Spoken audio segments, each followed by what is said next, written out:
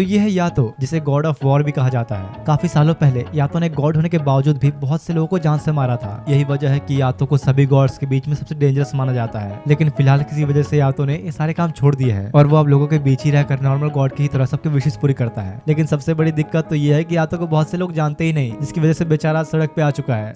तो ये कहानी एक क्लासरूम से शुरू होती है जहाँ काफी सारे बच्चे बैठे एग्जाम्स दे रहे थे और क्योंकि अभी एग्जाम्स का सीजन है तो कह सकते हैं कि डर के मारे यहाँ पर सबकी फटी हुई है। इसी बीच बाहर अचानक ही एक बहुत ही बड़ा अजीब सा क्रिएचर सामने आता है जो कि असल में इन सब की डर की वजह से आया था। जो देख के एक लड़की काफी डरते हुए गॉड से हेल्प मांगती है। तभी बाहर ऊंची बिल्डिंग पे खड़ा एक लड़का कोई उछालते हुए कहता है, चिंता मत करो बट्स, तुम्हारी ये पुकार सुन ली गई है। बगल में खड़े उसके पार्टनर कहते हैं कि वैसे क्या तुम्हें नहीं लगता कि ये फैंटम कुछ ज्यादा ही बड़ा है? हाँ, क्योंकि ये एग्जाम्स का टाइम है, सारे बच्चे काफी डरे हुए हैं। या तो बिल्डिंग से नीचे कूदते हुए हांग के नाम पुकारता है, जिससे वहाँ खड़े उसकी पार्टनर एक हथियार में कन्वर्ट हो जाती है। और या तो जल्दी से उस फैंटम से बचते बचाते उस वेपन को पकड़ते हुए कहता है, तुम जिसने धरती के इस पवित्र जमीन को अपवित्र करने की कोशिश की, तो मैं गॉड या तो हांकी के साथ तुम्हारे एग्जिस्टेंस को यहीं खत्म करता हूँ। और उसी वेपन का यूज करते हुए या तो उस फैंटम के टुकड़े टुकड़े कर देता है। इसके फिर कुछ देर बाद जब उसने उस लड़की जिसका नाम टोमोने है उसे रिवर्ट किया तो वो अपने असली रूप में आ जाती है। तुम्हारे गंदे पसीने वाले हाथ, मुझे इनसे मत छुआ करो। अरे यार थोड़ी तो रिस्पेक्ट दो, मैं तुम्हारा मास्टर हूँ। आपस में इनकी थोड़ी बहस होने पर टोमोने उसे रोते हुए कहते कि नहीं, मुझे किसी ऐसे गॉड के साथ नहीं रहना जिसके पास खुदा कोई मंदिर भी नहीं। तुम जैसे आवारा गॉड के साथ मुझे नहीं रहना। दरअसल यार यहाँ पर सीन ये है कि या तो एक काफी वीक गॉड है जो कि इस समय बिल्कुल ही गरीब है, उसके पास कुछ भी नहीं। इसलिए टोमोने जो उसके वेपन के तौर पर उसके साथ थी अब नहीं रहना चाहती। उसका रोना धोना देखकर आखिर में या तो मजबूर होकर उसे रिलीज कर देता है और जाते जाते टोमोने उसका मजाक बनाते हुए चली जाती है। जिसके बाद अगले सीन में यातो को दिखाया जाता है जो कि एक दीवार के ऊपर अपने कॉन्टैक्ट डिटेल्स लिख रहा होता है ताकि उसे कुछ काम मिले। ऐसा इसलिए क्योंकि यातो एक काफी वीक और गरीब गॉड है, इसके पास अभी इतने पैसे नहीं कि वो खुद का एक मंदिर बना सके। वो उदास होते हुए खुद से कहता है कि मंदिर की छोड़कर मुझे अपने लिए एक नया रेगिलिया ढूंढना होगा, उसके बिना तो मैं सुरक्षित भी नहीं। असल में इस वर्ल्ड में रेगिलिया गॉड्स के वेपन को कहते हैं जो कि एक ह्यूमन फॉर्म में होती है, जैसे कि टोमोने थी। वो उदास बैठा ही था कि अचानक एक कॉल आता है। कॉल करने के लिए आपका शुक्रिया, डिलीवरी गॉड या तो आपकी सेवा में हाजिर है।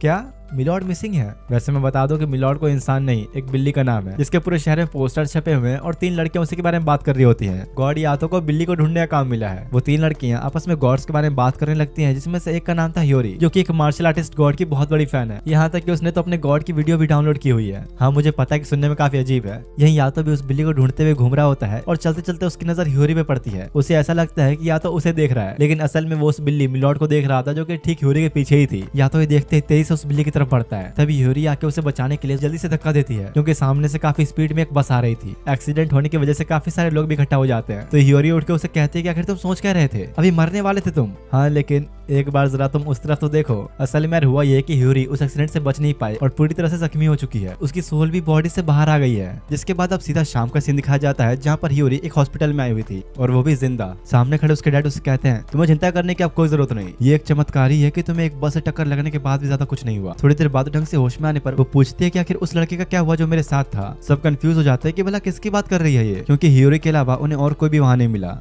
ये लोग भूल कैसे सकते हैं, वो लड़का भी तो वहां था। जिसके बाद उसी दिन की रात का सीन दिखाया जाता है जब ह्योरी सो रही थी। तभी बहुत से लोगों की दर्द भरी आवाज सुनाई देने पर वो जल्दी से उठ जाती है। ह्योरी उन आवाजों से परेशान होकर अपने कान बंद कर लेती है, लेकिन इसके बावजूद भी वो लगातार उन्हें सुन पा रही थी। और तब ठीक 12 बजते ही पता नहीं कहां से या तो प्रकट हो जाता है। उसे ऐसे अचानक अपने बेड पे देख के ह्योरी डरते हुए दूर भागती है, पर फिर उसे याद आता है कि तो वही लड़का है जिसे मैंने बचाया था। तो पहचान लिया तुमने, सुबह मुझे बचाने के लिए थैंक्स। पर वैसे मैं बता दूं कि मुझे उस बस से टक्कर लगने के बाद भी कुछ नहीं होता, लेकिन फिलहाल तुम वो पहली लड़की हो जिसने मुझे बचाने की कोशिश की। आखिर तुम हो कौन? तो या तो स्टाइल मारते हुए कहता है, मैं हूँ एक गॉड। ह्योरी को लगता है कि शायद ये बंदा कोई नशा वशा करके आया है, इसलिए वो जल्दी से पुलिस को कॉल कर देती है। अरे अरे रुको, मैं सही में एक गॉड हूँ, मेरा नाम है या तो। क्या? लेकिन मैंने तो आज तक ऐसे किसी गॉड का नाम नहीं सुना। ये सुन के बेचारे को काफी बड़ा झटका लगता है। हाँ, मैं मानता हूँ कि मुझ जैसे हमारा गॉड को कोई नहीं जानता, लेकिन शायद तुम्हें ये बात पता होनी चाहिए कि आने वाले टाइम में मैं इस यूनिवर्स का सबसे पावरफुल और रिस्पेक्टिव गॉड बनूंगा, जिसके काफी सारे भक्त भी होंगे। या तो मन ही मन ये बातें सोच के अंदर ही अंदर काफी खुश हो रहा था। जिसके बाद थोड़ा सीरियस मूड में आके वो कहता है, वैसे आज की रात बहुत खतरनाक होने वाली है, मैं बिना किसी रेगिलिया के यहाँ नहीं रुक सकता। और एक हीरो टाइप स्टाइल मारते हुए खिड़की से कूद के चला जाता है। जिसके बाद अगले दिन जब ह्योरी स्कूल आती है तो बस यातो के बारे में सोच रही थी कि क्या वो सच में कल रात हॉस्पिटल में आया था या बस वो एक सपना था। शाम घर जाते हुए रास्ते में ह्योरी को उसी बिल्ली का पोस्टर दिखता है, तो वो सोचती है कि शायद अगर वो इस बिल्ली को ढूंढेगी तो या तो भी उसे मिल जाएगा। और वो हर एक जगह पर उसे ढूंढने की कोशिश करती है, लेकिन कुछ मिलता नहीं। दूसरी तरफ इधर अपना गॉड या तो भी कैट फूड लेकर मिलॉर्ड को ढूंढ रहा होता है। थोड़ी देर बाद अचानक ही उसकी नजर मिलॉर्ड के ऊपर पड़ती है, जो बिना कुछ के भाग के उसके पास आ जाती है। या तो सोचता है कि आखिर ऐसा क्या हुआ, और इतने में आसपास काफी सारे आई बॉस जैसे दिखने वाले फैंटम्स आ जाते हैं। या तो जल्दी से बचते बचाते भागते हुए खेत में आता है, जहाँ एक और बड़ा सा फैंटम उसका इंतजार कर रहा था। और या तो क्या आता है उस पर अटैक करने लगता है। मिलॉर्ड को बचाने के लिए वो जल्दी से से उसे अपने कपड़ों के अंदर छुपा के जैसे तैसे फैंटम से लड़ने की कोशिश करता है, या तो अपना वेपन एक्टिवेट करने का ट्राई करता है, पर उसे फिर याद आया कि उसके पास तो कोई रेगिलिया ही नहीं है। और अब इससे पहले किया तो उस फैंटम का शिकार बन जाता, ह्यूरी आके बचा लेती है और उसे साइड में खड़ा करके जोश जोश में आके लड़ने चली जाती है, पर आखिर में बेचारी खुद ही फंस गई। तभी वो अपने फेवरेट मार्शल आर्टिस्ट के मूव्स याद करते हुए उस पर एक जोरदार अटैक करती है, जो कि सही में काम कर गया। लेकिन ये इतना भी कोई खुश होने वाली बात नहीं, क्योंकि फैंटम्स इतनी जल्दी हार नहीं मानते, इसलिए या तो जल्दी से मौका देखते ही ह्यूरी को लेकर निकल जाता है, या तो कि पूरी लाइफ में ऐसा पहली बार हुआ है कि किसी ने एक्चुअल में उसकी जान बचाई है। सुनो तुम, बहुत हो गया, अब मुझे अपने सवालों के जवाब चाहिए।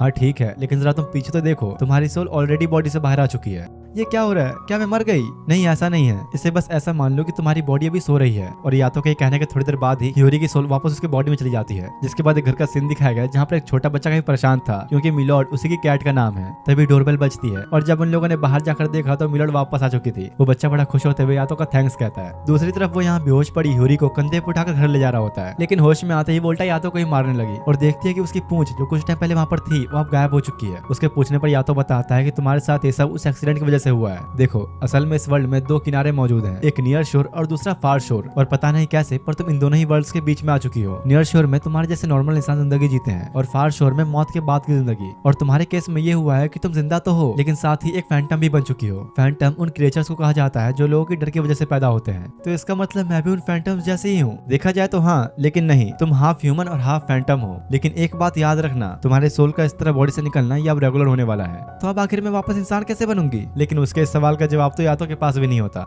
तुम तो एक गॉड हो ना, कुछ तो बताओ। तो या तो अपनी 5 उंगली दिखा के कहता है, अगर विश पूरी करानी है तो पैसे देने पड़ेंगे। तो क्या अब गॉड्स भी पैसे लेने लगे? वो भी 50,000? इतने पैसे नहीं है मेरे पास। अरे मैं एक देवता हूँ और ये बात तो सब जानते हैं, देवताओं को सिर्फ 5 इनका कॉइन दिया जाता है। ह्यूरी भी थोड़ी कंफ्यूज हो गई कि भाई ये कैसी सर्विस है गॉड्स की, पर फिर उसके 5 इनका कॉइन देने पर या तो कहता है, तो बर्ड्स तुम्हारी विश सुन ली गई है। जिसके बाद अब ऐसे ही कुछ दिन बीत जाते हैं और एक दिन ह्यूरी अपनी बॉडी को छोड़कर बाहर निकल के घूम रही होती है। थोड़ी दूरी पर ही जब उसे फैंटम्स दिखते हैं तो उसे याद आता है कि या तो ने बताया था कि ये मॉन्स्टर जैसे दिखने वाले फैंटम्स हर जगह होते हैं, अंधेरे में, छुपे आसमान में, उड़ते हुए, और तो और यहाँ तक कि लोगों के साथ साथ भी वो हर तरह के रूप और रंग के होते हैं। लेकिन क्योंकि वो दुनिया के दूसरे किनारों के क्रिएचर्स हैं, तो उन्हें जो देख सकते हैं वो सिर्फ बच्चे, जानवर और हम यानी स्पिरिट्स। तभी ह्यूरी को दूर से एक अजीब सा कोहरा दिखाई देता है, जो देख के वो सोचती है कि शायद इसे ही कहते हैं डार्क कोहरा, जिसे फैंटम्स अट्रैक्ट होते हैं। वो ये सब सोच ही रही थी कि उसे याद आता है कि या तो ने तो 2 हफ्ते से उसे कांटेक्ट ही नहीं किया। दूसरी तरफ इधर अपने गॉड भाई साहब ट्रेन में अपने काम के एडवर्टाइजमेंट करने बिजी होते हैं और साथ ही साथ कॉल पे ह्यूरी की गालियों को भी सुन रहा होता है। उससे मिलने के लिए ह्यूरी उसे कहती कि मुझे तो अब शक होने लगा है, तुम सच में एक गॉड हो भी या नहीं। तो या तो एकदम से उसके सामने प्रकट हो जाता है। तो अब तुम्हें क्या लगता है, कोई इंसान ऐसा कर सकता है? हाँ, पर मुझे अभी भी शक है। भला कौन सा गॉड ऐसे ट्रैक सूट और गले पे इस तरह अजीब सा कपड़ा पहनता है? तुम्हारे पेरेंट्स ने तुम्हें सिखाया नहीं क्या? डोंट जज a book by its cover. और तुम्हारी जानकारी के लिए मैं बता दूं कि ये मेरा एक बहुत ही खास स्कार्फ है। ये लोग आपस में बात ही कर रहे थे कि तभी कुछ लोग वहाँ पर आते हैं जो ह्यूरी को बड़ी अजीब नजरों से देख रहे थे, क्योंकि असल में बात यह है कि या तो को हर कोई नहीं देख सकता, मतलब कि या तो उनके लिए पूरी तरह से इनविजिबल है। अच्छा ये बताओ, आखिर तुम उन फैंटम्स अलग कैसे हुए, क्योंकि तुम्हें भी तो लोग नहीं देख सकते? तो या तो समझाता है कि मैं फैंटम्स का उल्टा फार शोर से बिलोंग करता हूँ। मैं किसी ह्यूमन के जरिए पैदा नहीं हुआ, मैं एक गॉड हूँ जो लोगों की इच्छा से बना है। पर मेरा छोड़ो, तुम तो खुद हाफ फैंटम हो। तभी ह्यूरी का ध्यान जाता है कि वो फिर से अपनी बॉडी से अलग हो गई। देखो, अगर मैं सच कहूँ तो तुम अपने स्पिरिट फॉर्म में बिल्कुल भी सेफ नहीं। इस वक्त तुम पूरी एक जीती जाती फैंटम हो, यानी कि वो तुम्हारे पीछे जरूर आएंगे, और अगर वो आ गए तो तुम्हें अपने वश में करके तुम्हारे सोल के ऊपर कंट्रोल पा लेंगे। ऐसा होने पर तुम हमेशा हमेशा के लिए अपने आप को खो दोगी। सीधे शब्दों में कहा जाए तो तुम उस प्रोटेक्टेड लाइन को भी क्रॉस कर दोगी जो तुम्हें कभी नहीं करना चाहिए, और इसके बाद तुम्हें मिलेगा सिर्फ और सिर्फ एक दर्द से भरा नर्क। तो इतना टाइम क्यों लगा रहे हो? जल्दी से मुझे ठीक करो। हाँ हाँ, डरो मत, कर दूंगा। वैसे भी तुमने मुझे 5 चेन दे दिए हैं। धीरे धीरे ऐसे पैसे जमा करते करते फाइनली मैं अभी एक दिन खुद का एक बड़ा सा मंदिर बनाऊंगा। देख लो यार, गॉड्स के भी अलग ही शौक है। या तो ये सब सोचते सोचते अपनी दुनिया में खो जाता है। तो ह्यूरी उसे कहती है कि आखिर तुम मुझे कब ठीक करने वाले हो?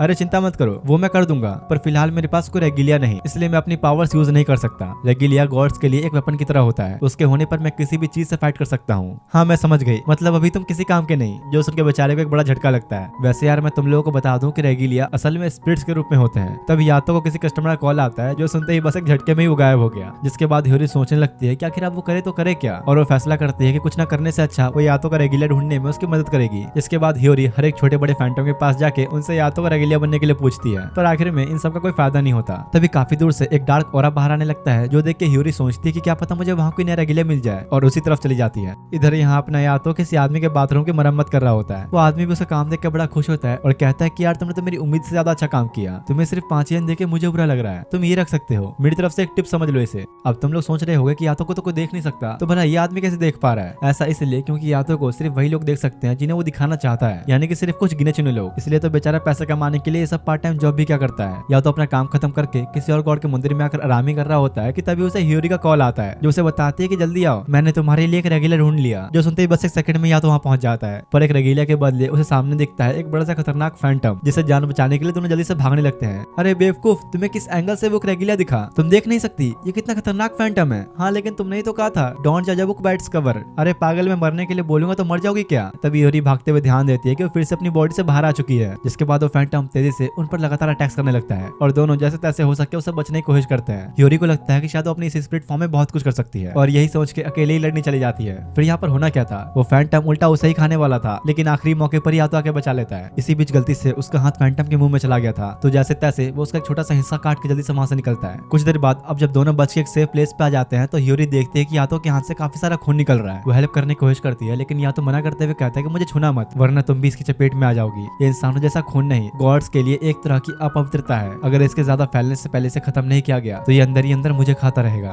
और हाँ, वो कोई तुम्हारी पूंछ नहीं है, एक लाइफ लाइन है जिसने की तुम्हारी फिजिकल और स्पिरिचुअल फॉर्म्स को आपस में जोड़ रखा है। अगर ये खत्म हुई तो तुम उसी वक्त मारी जाओगी। या तो ये सब बता ही रहा होता है कि इतने में वो फैंटम उन्हें ढूंढ लेता है। दोनों जल्दी से भागना शुरू करते हैं और अब ह्यूरी को रियलाइज होता है कि मतलब वो वायरलेस नहीं, यानी ये पूंछ उसकी बॉडी और उसके स्पिरिट फॉर्म के साथ कनेक्ट है। इसलिए तो मैंने तुम्हें बता दिया, वो लड़ने वाली बेवकूफी दोबारा मत करना। हाँ लेकिन यार तुम भी तो रेगुलर के बिना कुछ नहीं कर पा रहे, हम बोला इससे लड़ेंगे कैसे। भागते भागते यातो की नजर दूर एक स्पिरिट के ऊपर पड़ती है जो देख के वो कहता है एक बच्चा या शायद एक टीनेजर। उनके पीछे से वो फैंटम इतनी स्पीड में आ रहा होता है कि एकदम से उनके पास पहुंच जाता है। तो या तो बिना टाइम गवाए उस स्पिरिट की तरफ जाने लगा और फैंटम को जल्दी से खुद से दूर करके उस स्पिरिट की तरफ इशारा करते हुए कुछ लिखता है, तुम जो इस दुनिया में खो चुके हो, जिसके पास कहीं जाने और लौटने की जगह नहीं, तो आओ मैं तुम्हें पनाह देता हूँ। मेरा नाम है यातो और इस नाम के साथ मैं तुम्हें अपना रेगुलर बनाता हूँ। यातो के कहने के बाद वो स्पिरिट बहुत तेज चमकते हुए उसके हाथों में आकर एक बड़ी स्वॉर्ड बदल जाता है और अगले ही सेकंड यातो को उस स्पिरिट का पूरा पास नजर आता है। अब इससे पहले कि वो कुछ कर पाता, फैंटम तेजी से आके एकदम से उसे खा लेता है। तुम जिसने इस उगते सूरज की जमीन को अपवित्र करने की कोशिश की, मैं या तो एक गॉड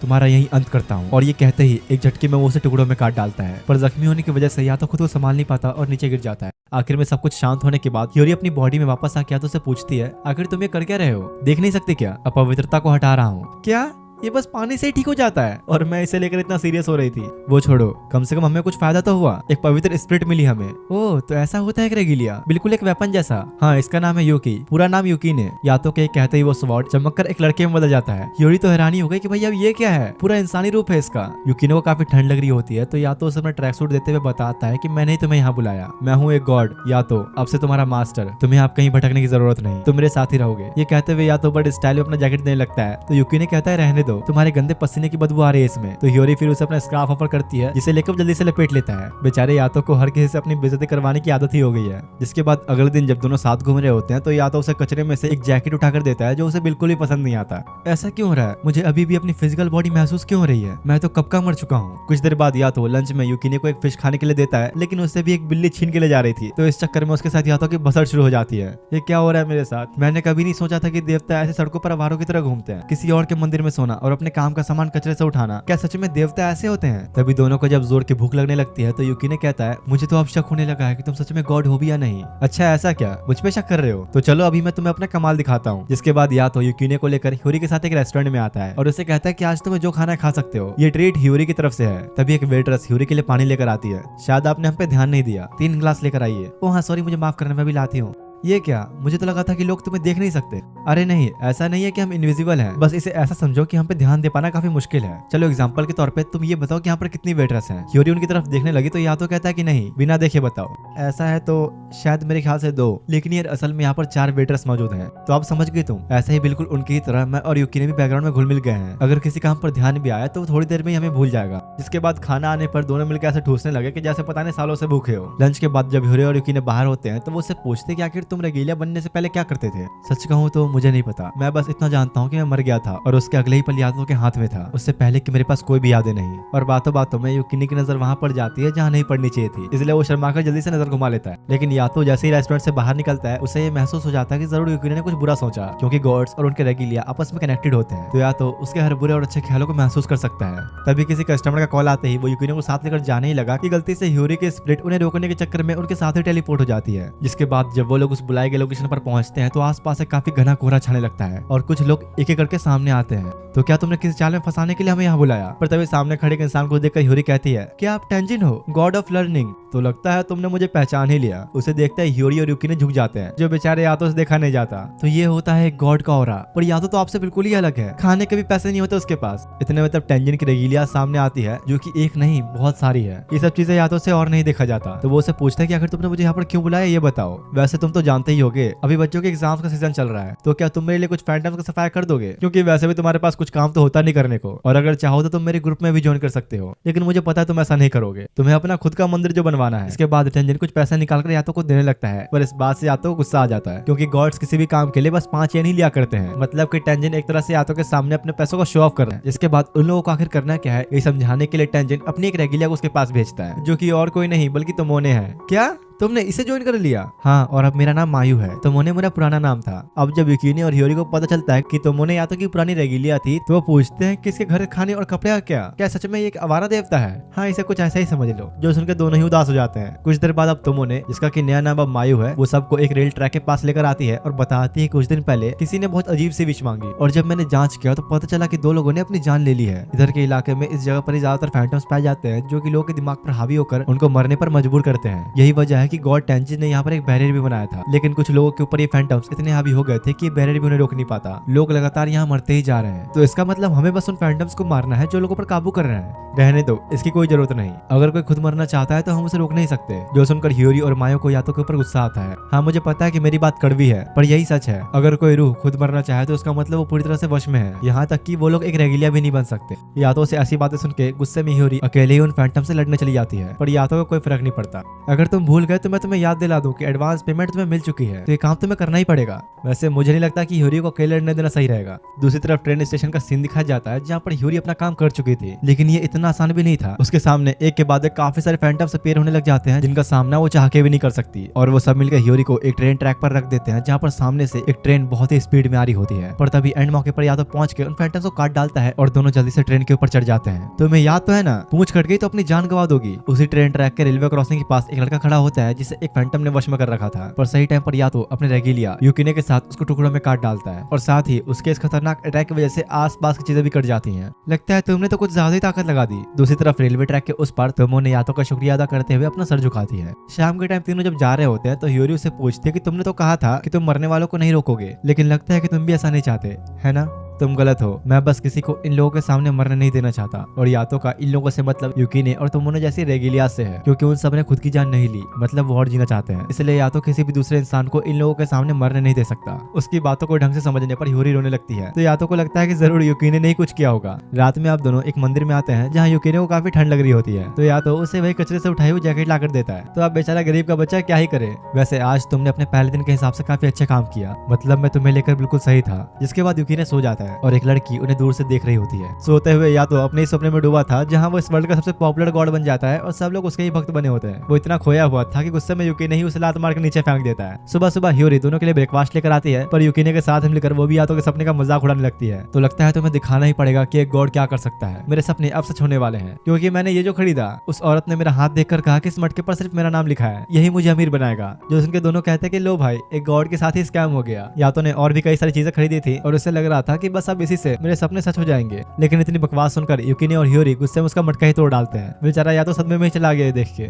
ये सब फालतू का नाटक छोड़े कम से कम कुछ काम धंधा तो कर लो। अब इसमें मैं क्या करूं जब मुझे कुछ काम ही नहीं मिल रहा। तो ह्योरी फिर उसे थोड़ा सा आराम से समझाती है कि कोई ऐसा काम तो होगा ही जिससे तुम और ज्यादा पैसे कमा सको। तो या तो खड़ा होते हुए कहता है, जाओ जाकर अपनी बॉडी लेकर आओ, तुम्हें आज किसी से मिलवाना है। फिर वो ह्योरी और युकिने को अपने साथ लेकर कहीं पर आता है। दोनों कंफ्यूजन में ही होते हैं कि आखिर हम लोग यहाँ पर करने क्या आए हैं। और तभी या तो किसी को आवाज लगाता है और अगले ही सेकंड अचानक एक लड़की आके यातो के गले लग जाती है। उन दोनों को ही अपनी आंखों पर यकीन नहीं होता कि भाई उन्होंने क्या देख लिया। तो यार इससे मिलो, ये है कोफुको, मेरी प्यारी गर्लफ्रेंड। जो सुन के उन दोनों को एक बड़ा झटका लगता है कि भाई ये कैसे हो गया। कोफुको, दरअसल मुझे तुमसे एक एहसान चाहिए। हाल ही में मैंने इस बच्चे को अपना रेगिलिया बनाया, पर तुम तो जानती ही हो मेरे हालात कैसे हैं। मैं उसे इस ठंड में कुछ गर्मा गर्म खिलाना चाहता हूँ, पर देखो मुझे, मैं तो उसे पहनने के लिए ढंग के कपड़े भी नहीं दे पाया। उसके सामने या तो और ज्यादा ड्रामा करने के लिए मगरमच्छ के आंसू बहाने लगता है। तो बेचारी कोफुको से अपने बीएफ की हालत देखी नहीं जाती और उसे कुछ पैसे दे देती है। यातो की तो भाई किस्मत ही चमक गई। तो ये करना था इसे। इसको घटिया इंसान कहना भी घटिया शब्द की बेइज्जती है। इतने में अंदर से एक आदमी आके यातो को एक लात मारता है। मैंने कहा था ना तुझे मेरी मिस से दूर रहने के लिए, क्या इनका चक्कर चल रहा है। असल में यार ये आदमी कोफुको का एक रेगिलिया है जिसका नाम है कुरो और इंसानी नाम है दाइगोकू। कोफुको असल में 7 गॉड्स ऑफ फॉर्च्यून में से एक है। वैसे तुम दोनों बड़े अच्छे कपल हो।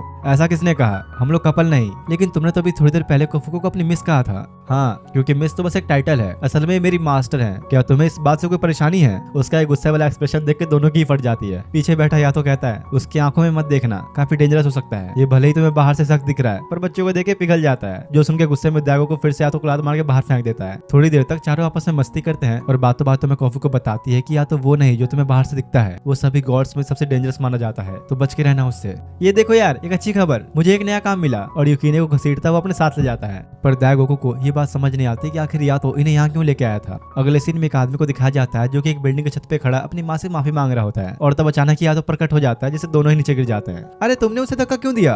क्या यार, इतनी जल्दी गिर गया मैं, किस्मत ही खराब है मेरी। तो क्या बात है वर्ड्स, लव इश्यू या फैमिली इश्यू, या तुम्हारा कोई काम ठीक नहीं चल रहा? चिंता मत करो, जो भी परेशानी हो या तो गॉड तुम्हारी मदद के लिए हाजिर है। इतने में ह्योरी और युकिने भी यातो के पीछे पीछे नीचे गिरते हैं और युकिने देखता है कि यातो के सारे कार्ड्स प्रिंटेड नहीं, उसने खुद लिखा है। तब वो आदमी अपना कार्ड देते हुए बताता है कि मैं पहले एक एजेंसी में काम किया करता था जिसका हाल ही में दिवाला निकल गया। मेरे पास इस आखिरी ऑप्शन के अलावा और कोई रास्ता नहीं बचा था। मैं तो अपने पेरेंट्स को कॉल लगा रहा था पर लगता है गलती से शायद तुम्हें लग गया। हाँ, किस्मत की बात है। तो क्या तुम मुझे अपनी पूरी कहानी बता सकते हो? पीछे से ह्योरी कहती है कि भाई कहानी बाद में सुन लेना, पहले उसे गिरने से तो बचा लो। पर वो आदमी को इस बात से कोई फर्क नहीं पड़ता और कहानी बताने लगता है। दरअसल ये पिछली सर्दियों की बात है जब मैं एक लड़की से मिला। अरे लेकिन यहाँ मेरा चेहरा क्यों है? क्योंकि अभी मेरे सामने तुम हो, इसलिए यही चेहरा मेरे दिमाग में आया। तो जैसा मैं कह रहा था, उस लड़की से मैंने बात करने की कोशिश की लेकिन वो कुछ ज्यादा उदास थी। तो मैंने उसका मूड ठीक करने के लिए उसे अपने साथ शहर घुमाने का सोचा। धीरे धीरे मैं उसके साथ और भी ज्यादा समय बिताता गया और देखते ही देखते मुझे उससे प्यार हो गया। सब कुछ सही चल रहा था, हम दोनों खुश थे। तब इस स्टोरी को बीच में रोकते हुए युकिने कहता है, सिर्फ मुझे ही ऐसा लग रहा है या सच में हम लोग काफी देर से गिर रहे हैं? सवाल तो भाई देखो बिल्कुल जेन्युइन है, ग्रेविटी कहाँ है इसमें? वो आदमी अपनी कहानी जारी रखते हुए बताता है कि सब कुछ सही चल रहा था लेकिन फिर धीरे धीरे हमारे साथ बुरी घटनाएं होनी शुरू हो गई, एक के बाद एक लगातार। और कुछ दिनों में ही मेरी कंपनी का भी दिवाला निकल गया और खुद की मेरी बची कुछ सेविंग्स भी खत्म हो गई। आखिर में मैंने सोचा कि मैं उस लड़की को प्रपोज कर दूं, पर मुझे नहीं लगता कि अब मैं उसके जरा भी लायक हूँ। जिसके बाद यातो के कहने पर वो आदमी उन सबको उस लड़की की फोटो दिखाता है जो कि और कोई नहीं बल्कि कोफुको थी। वैसे मैंने तुम लोगों को पहले कहीं बताया नहीं, लेकिन कोफुको गॉड ऑफ पॉवर्टी है, गरीबी की देवी। मेरी बात मान ले भाई, उस लड़की को भूल जा। उसके साथ रहने पर बदनसीबी के अलावा और कुछ नहीं मिलेगा। वैसे भी अभी उसके आसपास एक बहुत ही डेंजरस इंसान है, उससे पंगा ना लो तो ज्यादा बेहतर। और हाँ, ये कोफुको कोई जवान लड़की नहीं है, उसकी उम्र तो तुम्हारी दादी की दादी की दादी से भी ज्यादा है। ये सब सुन के वो आदमी उदास हो जाता है। तो या तो उसे कहता है कि चलो ठीक है, अब मैं तुम्हारी कोफुको के साथ सारी यादें मिटा देता हूँ। नहीं रुको, मुझे कोई परवाह नहीं, अगर मैं मर भी गया तो मैं उससे बहुत प्यार करता हूँ। तो या तो उसे एक जोरदार पंच मारते हुए कहता है कि जो इंसान खुद को मारने के लिए तैयार हो वो क्या किसी से प्यार करेगा? युकिने, तुम रेडी रहना। वैसे क्या तुम्हारा कोई लास्ट मैसेज जो तुम उसे देना चाहो? हाँ, बस उसे कह देना कि वो हमेशा खुश रहे। चिंता मत करो बर्ड्स, तुम्हारी विश सुन ली गई है। ये कहते हुए या तो उसकी कोफुको के साथ सारी यादें मिटा देता है और आखिर में काफी घंटों के बाद ग्रेविटी की भी नींद खुल जाती है। जिसके बाद अब शाम में तीनों कोफुको के पास आते हैं सारी बातें बताने के लिए कि कैसे उसकी वजह से आज एक आदमी मरने वाला था। देखो मेरी इसमें कोई गलती नहीं, तुम मुझे कहीं जाने ही नहीं देते इसलिए ऐसा हुआ। हाँ, नहीं जाने देता क्योंकि तुम्हारे बाहर जाने पर सिर्फ और सिर्फ तबाही होती है। लेकिन भले ही जो भी हुआ, तुम जैसे बच्चे के पास इतनी काबिलियत होना काफी हैरानी वाली बात है। क्या ये सही में इतना मुश्किल है? हाँ, क्योंकि रिश्तों को मिटाना बनाने से ज्यादा मुश्किल होता है। या तो लगता है तुम्हें काफी अच्छा रेगिलिया मिला है। अरे हाँ, मैं तो इसे देखते ही समझ गया था कि जरूर इसमें कुछ बात है। जिसके बाद दाइगोकू उस आदमी को बचाने के लिए यातो को 5 का कॉइन देता है क्योंकि आखिर में ये सब कोफुको की वजह से ही तो हुआ था। अब जब तीनों जाने लगते हैं तो ह्योरी कोफुको से पूछते कि तुमने जो कहा था कि यातो एक काफी डेंजरस गॉड है, तो वो बस एक मजाक था, है ना?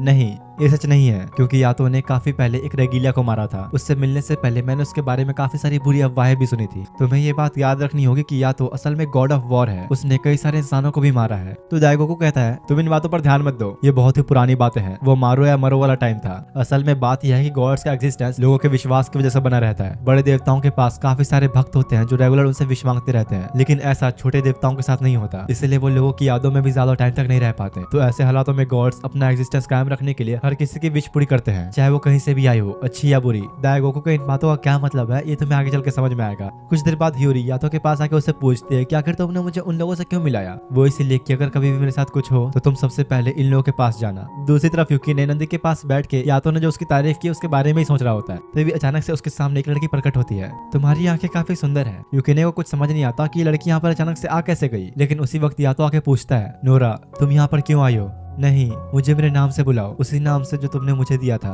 मैं तुम्हारा हमेशा इंतजार करूंगी कि कब तुम मुझे उस नाम से बुलाओगे। और ये कहते हुए वो लड़की गायब हो जाती है। इसके बाद सीधा अगले सुबह का सीन दिखाया जाता है, जहाँ पर यातो एक फैंटम को पकड़ के लाया है। अरे यार, अब ये क्या है? वो छोड़ो, अब तुम ये करो, 2 उंगलियों को साथ में रख के इस तरह से घुमाओ। यातो के कहने पर जब यूकी ने ऐसा करता है तो वहाँ पर एक बैरियर क्रिएट हो जाता है, जिसे कोई भी फैंटम क्रॉस नहीं कर सकता। इस बॉर्डर लाइन को सिर्फ रेगिलियाज ही बना सकते हैं। इसके अलावा ना ही कोई फैंटम और ना ही कोई गॉड ये कर सकता है। लेकिन फिर भी तुमने तो काफी पावरफुल बॉर्डर लाइन क्रिएट कर दी। शाम होने पर अब जब यूरी घर जा रही होती है तो यातो से कहते हैं कि तुम यूकिने का ख्याल ढंग से नहीं रखते, इसलिए आज से वो मेरे साथ रहेगा। नहीं, तुम रहने दो, ख्याल नहीं रख पाओगे इसका, मेरे साथ ही रहेगा ये। और इसी बात को लेकर दोनों के बीच काफी बहस होनी शुरू हो जाती है। आखिर में तंग आके यूकी ने खुद ह्योरी के साथ जाने का फैसला करता है। बेचारा यातो तो बस देखता ही रह गया। रात में अब जब ह्योरी उसे घर लेकर आती है तो वो देख के सोचता है कि भाई ये तो काफी अमीर है, क्योंकि आज से पहले यूकिने ने कभी इतना बड़ा घर नहीं देखा था। तभी वहाँ घर की मेड आती है और यूकिने के लिए सबसे अच्छी बात ये थी कि उसे कोई देख नहीं सकता, तो वो बिना कोई दिक्कत के आराम से रह सकता है। तभी ह्योरी के पेरेंट्स भी घर आते हैं और उनके साथ साथ यातो भी आ जाता है। वो यहाँ पर रहने के लिए नहीं बल्कि खाना चुराने आया था और चुपके से फ्रिज के अंदर से अपना खाने का सामान निकाल लेता है।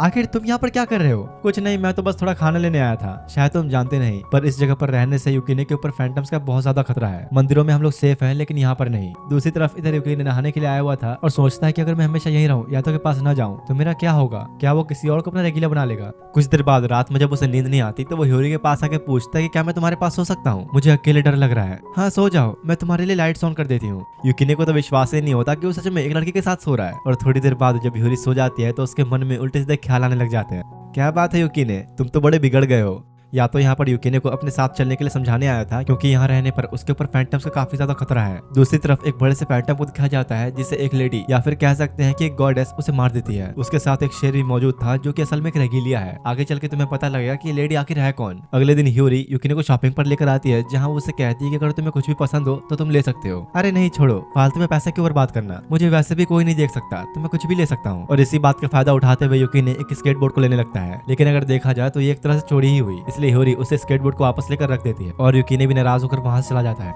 इतने में वहां पर यातो की एंट्री होती है और ह्योरी के पास आके वो उसे बताता है कि फिलहाल मैं यूकिने के सारे इमोशंस को फील कर सकता हूँ। ऐसा लगता है कि तुमने उसका दिल दुखा दिया। जिसके बाद वो ह्योरी को एक पार्क में ले जाकर बताता है कि यूकिने पहले एक इंसान ही था, उसके अंदर इंसानों वाले ही सारे इमोशंस भरे हुए हैं। आखिर में है तो वो एक बच्चा ही, तो इसलिए वो अपने गायब होने का गलत फायदा भी उठा सकता है, शायद चोरी भी करे। और अगर वो कोई गलत काम करता है तो उसका मास्टर होने के तौर पर मैं उसे एक पनिशमेंट दूंगा। ऐसा भी हो सकता है कि मुझे उसकी जान लेनी पड़े। ये सब सुन के ह्योरी को कफुको की वो बात याद आती है, जहाँ उसने उसे बताया था कि यातो ने काफी पहले एक रेगिलिया को जान से मारा था। ये सोचते ही वो जल्दी से यूकिने को ढूंढने के लिए चली जाती है। दूसरी तरफ यहाँ पर ये सड़कों पर घूम रहा होता है। धीरे धीरे जैसे ही रात का अंधेरा छाने लगा, डर के मारे उसकी फट जाती है और जल्दी से घर की तरफ भागता है। वही रास्ते में यूकिने को रोती हुई एक बच्ची दिखती है, जो कि शायद उसे देख पा रही थी। यूकिने इग्नोर करते हुए जाने की कोशिश करता है, लेकिन वो बच्ची आके उसे पकड़ लेती है, जिसका ये मतलब हुआ कि ये भी एक स्पिरिट है। यूकिने उसे एक पार्क में लेकर आता है, जहाँ वो बच्ची बैठकर अपने पेरेंट्स का वेट कर रही थी। वो ये अच्छी तरह से जानता था कि कोई भी नहीं आएगा, क्योंकि असल में बच्ची मर चुकी है, पर उसे समझ नहीं आता कि वो आखिर इसे ये बात बताए कैसे। थोड़े सोचने के बाद जैसे ही यूकिने उसे बताता है कि तुम्हारे पेरेंट्स अब कभी नहीं आने वाले, तो वो लड़की उदास होकर रोते हुए जाने लगती है। उसके उदास होने की वजह से काफी सारे फैंटम सामने आते हैं, जो उसकी सोल को अपने वश में करने लगते हैं। पर सही टाइम पे ह्योरी भी वहां पर पहुंच जाती है और आते ही यूकिने को बॉर्डर लाइन के बारे में याद दिलाती है, जो सुनते ही बिना टाइम गवाए वो एक बॉर्डर लाइन क्रिएट कर देता है। लेकिन अब इसके लिए काफी देर हो चुकी थी। बस कुछ ही देर में उसके सोल को फैंटम्स ने काफी हद तक अपने काबू में कर लिया था। ये सब देखकर यूकिने काफी डर जाता है और उसकी बनाई बॉर्डर लाइन भी मिट जाती है। देखते ही देखते उन फैंटम्स ने पूरी तरह से उस बच्ची को अपने वश में कर लिया। यूकिने के ऊपर एक अटैक होने वाला था, पर ह्योरी आके बचा लेती है और अगले ही पल वो छोटी बच्ची उनके वश में आकर एक बड़े फैंटम बदल जाती है। तभी या तो वहां आता है और दोनों को पकड़ के जल्दी से बचा लेता है। अब हमारे पास ज्यादा टाइम नहीं, इसे यहीं खत्म करना होगा। जिसके बाद वो यूकिने को वेपन में ट्रांसफॉर्म करके उस फैंटम बनी हुई बच्ची पर अटैक करता है, लेकिन या तो मार नहीं पाता, क्योंकि यूकिने ऐसा नहीं चाहता था। वो अभी कैसे भी करके इस बच्ची को बचाना चाहता है। देखो तो मेरी बात को समझो, अब हम कुछ नहीं कर सकते। फैंटम्स ने पूरी तरह से उसे अपने वश में कर लिया है। हमारे पास ये लास्ट ऑप्शन है, उसे मार के ही आजाद कर सकते हैं। तो अब फाइनली यूकिने न चाहते हुए भी यातो के साथ उस फैंटम को मार देता है। पर इस बात से यूकिने काफी उदास हो चुका था, क्योंकि उसने कभी सोचा नहीं था कि उसे एक बच्चे को मारना पड़ेगा। अगले दिन सुबह जब ह्योरी नाश्ता लेकर आती है तो उसमें भी उसे फैंटम्स दिखाई देने लगते हैं, जिससे वो काफी डर जाता है। कुछ देर बाद अब यूकिने उस स्टोर के पास आकर उन स्केट बोर्ड्स को देखता है, जो कि उसे लेने का मन था। क्या फायदा अच्छा बन के, जब आखिरी में मुझे बुरी काम ही करने हैं। तो अब मैं बुरा ही सही, माफ करना, पर ये स्केट बोर्ड अब मेरा हुआ। दूसरी तरफ यातो को दिखाया गया, जो कि एक पेड़ के ऊपर बैठा था, लेकिन तब उसे कुछ फील होता है, क्योंकि यूकिने ने उस स्केट बोर्ड को चुरा लिया है। इधर ह्योरी हर जगह यूकिने को ही ढूंढ रही होती है कि तभी उसे उसके दोस्त मिलते हैं और उन्हें लग रहा था कि हियोरी जरूर पागल हो गई है, ये एक ऐसे इंसान को ढूंढने में लगी है जिससे कोई देख नहीं सकता। शाम में अब यूकिने को दिखाया जाता है जो कि अपने चुराए हुए स्केटबोर्ड पर घूम रहा होता है, लेकिन तभी यातो ने आके उसे रोक लिया। तो बताना चाहोगे जरा कि तुम्हें स्केटबोर्ड कहाँ से मिला? वो मुझे ये हियोरी ने दिया। और उसी वक्त हियोरी भी वहाँ आ जाती है। या तो पूछता है कि क्या तुमने ही से स्केटबोर्ड दिया? वो यहाँ देखते ही समझ गई थी कि यूकिने ने चुराया है, पर वो नहीं चाहते कि या तो उसे डिवाइन पनिशमेंट दे, इसलिए वो झूठ कह देती है कि हाँ मैंने ही से ये दिया था। वो लोग इस बारे में बात ही कर रहे थे कि तभी शेर के ऊपर सवार वही लेडी वहाँ पर आती है। तो आखिरकार तुम मुझे मिल ही गया तो, और ये कहते हुए अटैक कर देती है। मेरी बात सुनो हियोरी, जल्दी से यहाँ से चली जाओ और शांत रह के ऐसे बिहेव करो जैसे कि तुम मुझे देख ही नहीं सकती। वो तुम्हें कुछ नहीं करेगी, वो मुझसे बदला लेने आई है। अब तक मैं जितने भी गॉड से मिला, ये उन सब में सबसे स्ट्रॉन्ग है। यह है मिशामोन, गॉड ऑफ पनिशमेंट। क्या? लेकिन ये यहाँ पर क्यों आई है? तो या तो कहता है कि अभी हमारे पास है, सब सोचने का वक्त नहीं, जल्दी भागो यहाँ से। और यूकिने को एक वेपन में कन्वर्ट करके भागने लगता है। जैसा यातो ने कहा था, यूरी वैसे ही एक्ट करती है जैसे उसने कुछ देखा ही नहीं। ये हो क्या रहा है? आखिर गॉड ऑफ पनिशमेंट यातो के पीछे क्यों पड़ी है? मुझे जल्दी से कोई हेल्प बुलानी पड़ेगी। दूसरी तरफ मिशामोने अपनी रेगिलिया के साथ यातो को ट्रैक करने लगती है, पर किसी तरह बचते बचाते वो एक गली में आकर छुप गया, जहाँ पर यूकिने उससे पूछता है, सही में तुम मेरा यूज करके एक गॉड से फाइट करने वाले हो? तुम चुप रहो, वैसे भी कुछ नहीं जानते। वो बहुत ही ज्यादा पावरफुल है, उसके पास एक नहीं बल्कि कई सारे रेगिलियाज हैं, और इस वक्त वो हम दोनों के ही पीछे पड़ी है, तो तुम्हें कैसे भी करके लड़ना ही पड़ेगा। जिसके बाद यातो और यूकी ने फाइट के लिए उसके सामने आते हैं, लेकिन मिशामोने के अटैक्स इतने पावरफुल होते हैं कि यातो संभाल भी नहीं पाता। और अब इससे पहले कि वो कुछ सोच पाता कि इससे कैसे लड़ा जाए, मिशामोने उसे जकड़ के अपने रेगिलिया कुजुमा का इस्तेमाल करते हुए गन फायर कर देती है। पर किसी तरह यातो ने जल्दी से स्वॉर्ड निकाल के उस बुलेट को बीच से आधा कर दिया। मिशामोने का रेगिलिया कुजुमा भी हैरान था कि भला इसने ये कैसे किया। जिसके बाद वो गुस्से में यातो के साथ फिजिकली लड़ने के लिए आती है। तुम बच नहीं सकते, इस बार मैं तुम्हें अपने किसी भी रेगिलिया को मारने नहीं दूंगी। क्या? ये क्या कह रही है? या तो तुमने एक रेगिलिया को मारा, लेकिन क्यों? तुम थोड़ी देर अपना मुंह बंद नहीं रख सकते क्या? दूसरी तरफ इधर हियोरी को दिखाया जाता है जो कि भागकर कोफुको और दाइगोको के पास मदद मांगने के लिए आती है। प्लीज उसकी मदद करो, गॉडेस ऑफ पनिशमेंट मिशामोने यातो के पीछे पड़ी है, वो आज उसे मार के ही रहेगी। देखो मैं समझती हूँ, पर ये उन दोनों का आपसी मामला है, इसमें हम कुछ नहीं कर सकते, क्योंकि यातो ने काफी पहले मिशामोने के रेगिलिया को जान से मार डाला था। पर ये सुनने के बाद भी हियोरी उनसे लगातार यातो की मदद करने के लिए रिक्वेस्ट करती है। चलो ठीक है, मैं तुम्हारी हेल्प कर दूंगी और तुम्हें इस विश को पूरा करने के बदले पैसे देने पड़ेंगे। तो हियोरी इसके लिए भी मान जाती है। ठीक है, तो डील पक्की हुई। जिसके बाद हियोरी यातो को ढूंढने के लिए अपनी बॉडी से बाहर आती है। क्या बात है, ये लड़की ऐसा भी कर सकती है। और क्योंकि हियोरी एक स्प्लिट होने के साथ साथ आधी फैंडम भी है, तो बहुत जल्दी ही यातो के लोकेशन का पता लगा लेती है। दूसरी तरफ इधर अपने गॉड भाई साहब मिशामोने से किसी तरह बचते बचाते एक जंगल में आके छुपे होते हैं। यूकिने पूछता है कि आखिर क्या वजह थी कि तुमने उसके रेगिलिया को मारा? बस इतना समझ लो कि मुझे उसे मारना पड़ा, इसलिए मारा। अच्छा, तो अगर मैंने कोई गलती की या तुम्हारे काम के लायक नहीं रहा, तो क्या तुम मुझे भी मार डालोगे? बकवास बंद करो अपनी, ये फालतू की बातों का टाइम नहीं है मेरे पास। और इसी बात को लेकर दोनों के बीच झगड़ा होने लगता है। लेकिन इतने में मिशामोने भी वहाँ जाती है। या तो ऑलरेडी काफी इंजर्ड हो चुका था, पर आज जिंदा बचने के लिए उसे लड़ना ही होगा। अब इससे पहले कि मिशामोने अटैक करती, कोफुको और दाइगोको पहुंच जाते हैं और बिना टाइम गवाए कोफुको जल्दी से दाइगोको का यूज करते हुए एक बड़ा पोर्टल क्रिएट करती है, जिसके अंदर से एक साथ कई सारे फैंटम्स बाहर आते हैं। मिशामोने का रेगिलिया कुजुमा उसे पीछे हटने के लिए कहता है, लेकिन वो नहीं मानती और अपने लायन से यातो पर अटैक करवाती है। वो ऑलरेडी इतना इंजर्ड हो चुका था कि कुछ भी नहीं कर पाता।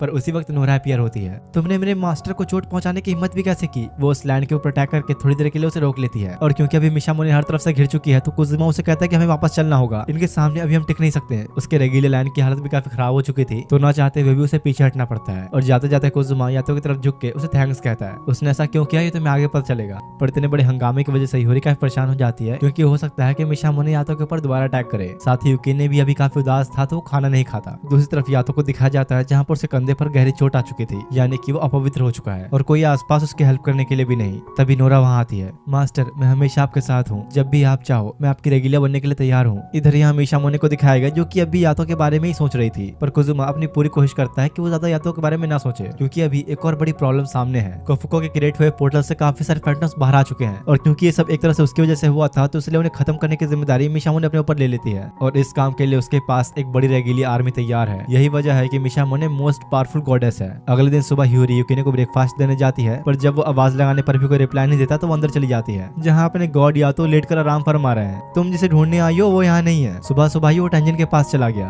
अरे तो तुमने उसे रोका क्यों नहीं? क्यों रोकता भला, मुझे उससे कोई मतलब नहीं, तुम चाहो तो ढूंढने जा सकती हो। ये सुनते ही हियोरी जल्दी से भागते हुए टेंजन के पास आती है, जहाँ वो उसे बताते हैं कि हाँ यूकिने आया था और उसने मुझसे रिक्वेस्ट भी किया था कि मैं उसे अपने साथ रख लूं, लेकिन मुझे उसे मना करना पड़ा, क्योंकि ऐसा करने से यूकिने भी नोरा बन जाता। ये नाम सुनते ही हियोरी हैरान होते हुए इस बारे में पूछती है कि आखिर नोरा है क्या, क्योंकि उसे अब तक ही लग रहा था कि नोरा उस स्पिरिट का नाम है। देखो अगर कोई रेगिलिया जिसका पहले से ही कोई और मास्टर है पर इसके बावजूद उसने किसी और गॉड के साथ काम किया तब उसे नोरा कहा जाता है। यानी कि जो रेगिलियाज अपने मास्टर को धोखा देते हैं वो नोरा बन जाते हैं। ये सुनकर ह्यूरी को उस लड़की नोरा के बारे में याद आता है जिसके ऊपर तो कई सारे सील्स थे, यानी कि उसने काफी बार अपना मास्टर बदला है। इधर यहाँ यातो को दिखाया जाता है जो अभी तक अपना घाव जिसे गॉड्स अपवित्रता मानते हैं उसे अब तक साफ नहीं कर पाया और उससे कल रात वाली नोरा की बात याद आने लगती है जब वो यातो को उकसा रही थी कि वो उसे अपना रेगिलिया बना ले। दूसरी तरफ ह्यूरी यूकिने को ढूंढते ढूंढते काफी थक चुकी थी और उसे ऐसा लगता है कि सब खत्म हो गया, पर तभी सामने नजर आती है मिशामोने। ये यहाँ क्या कर रही है? मुझे जल्दी यहाँ से निकलना होगा। और जैसे ही वो जाने की कोशिश करती है पीछे से कुजुमा आ जाता है। तो मैं सही था, तुम उन्हें देख सकती हो। यूरी उसे देख के काफी डर गई थी तो भागने की कोशिश करती है, लेकिन कुजुमा एक स्पेल का यूज करके उसे वहीं फ्रीज कर देता है। इतने में ही वहाँ मिशामोने भी आ जाती है जो ह्यूरी को देख नहीं पाती, लेकिन क्योंकि ह्यूरी उसे देख सकती है तो उसको पसीने छूटने लगते हैं और जब वो गॉड को पुकारने लगती है तो उसके दिमाग में सिर्फ यातो का ही चेहरा आ रहा होता है, क्योंकि भाई वो भी तो एक गॉड ही है। और यहाँ पर कुजुमा के स्पेल की वजह से ही है कि मिशामोने अभी ह्यूरी को देख नहीं सकती। जिसके बाद जब वो वहां से चली जाती है तो कुजुमा ह्यूरी से कहता है कि अच्छा होगा अगर तुम इन सब मामलों से दूर रहो, नहीं तो मिशामोने तुम्हें भी मार डालेगी।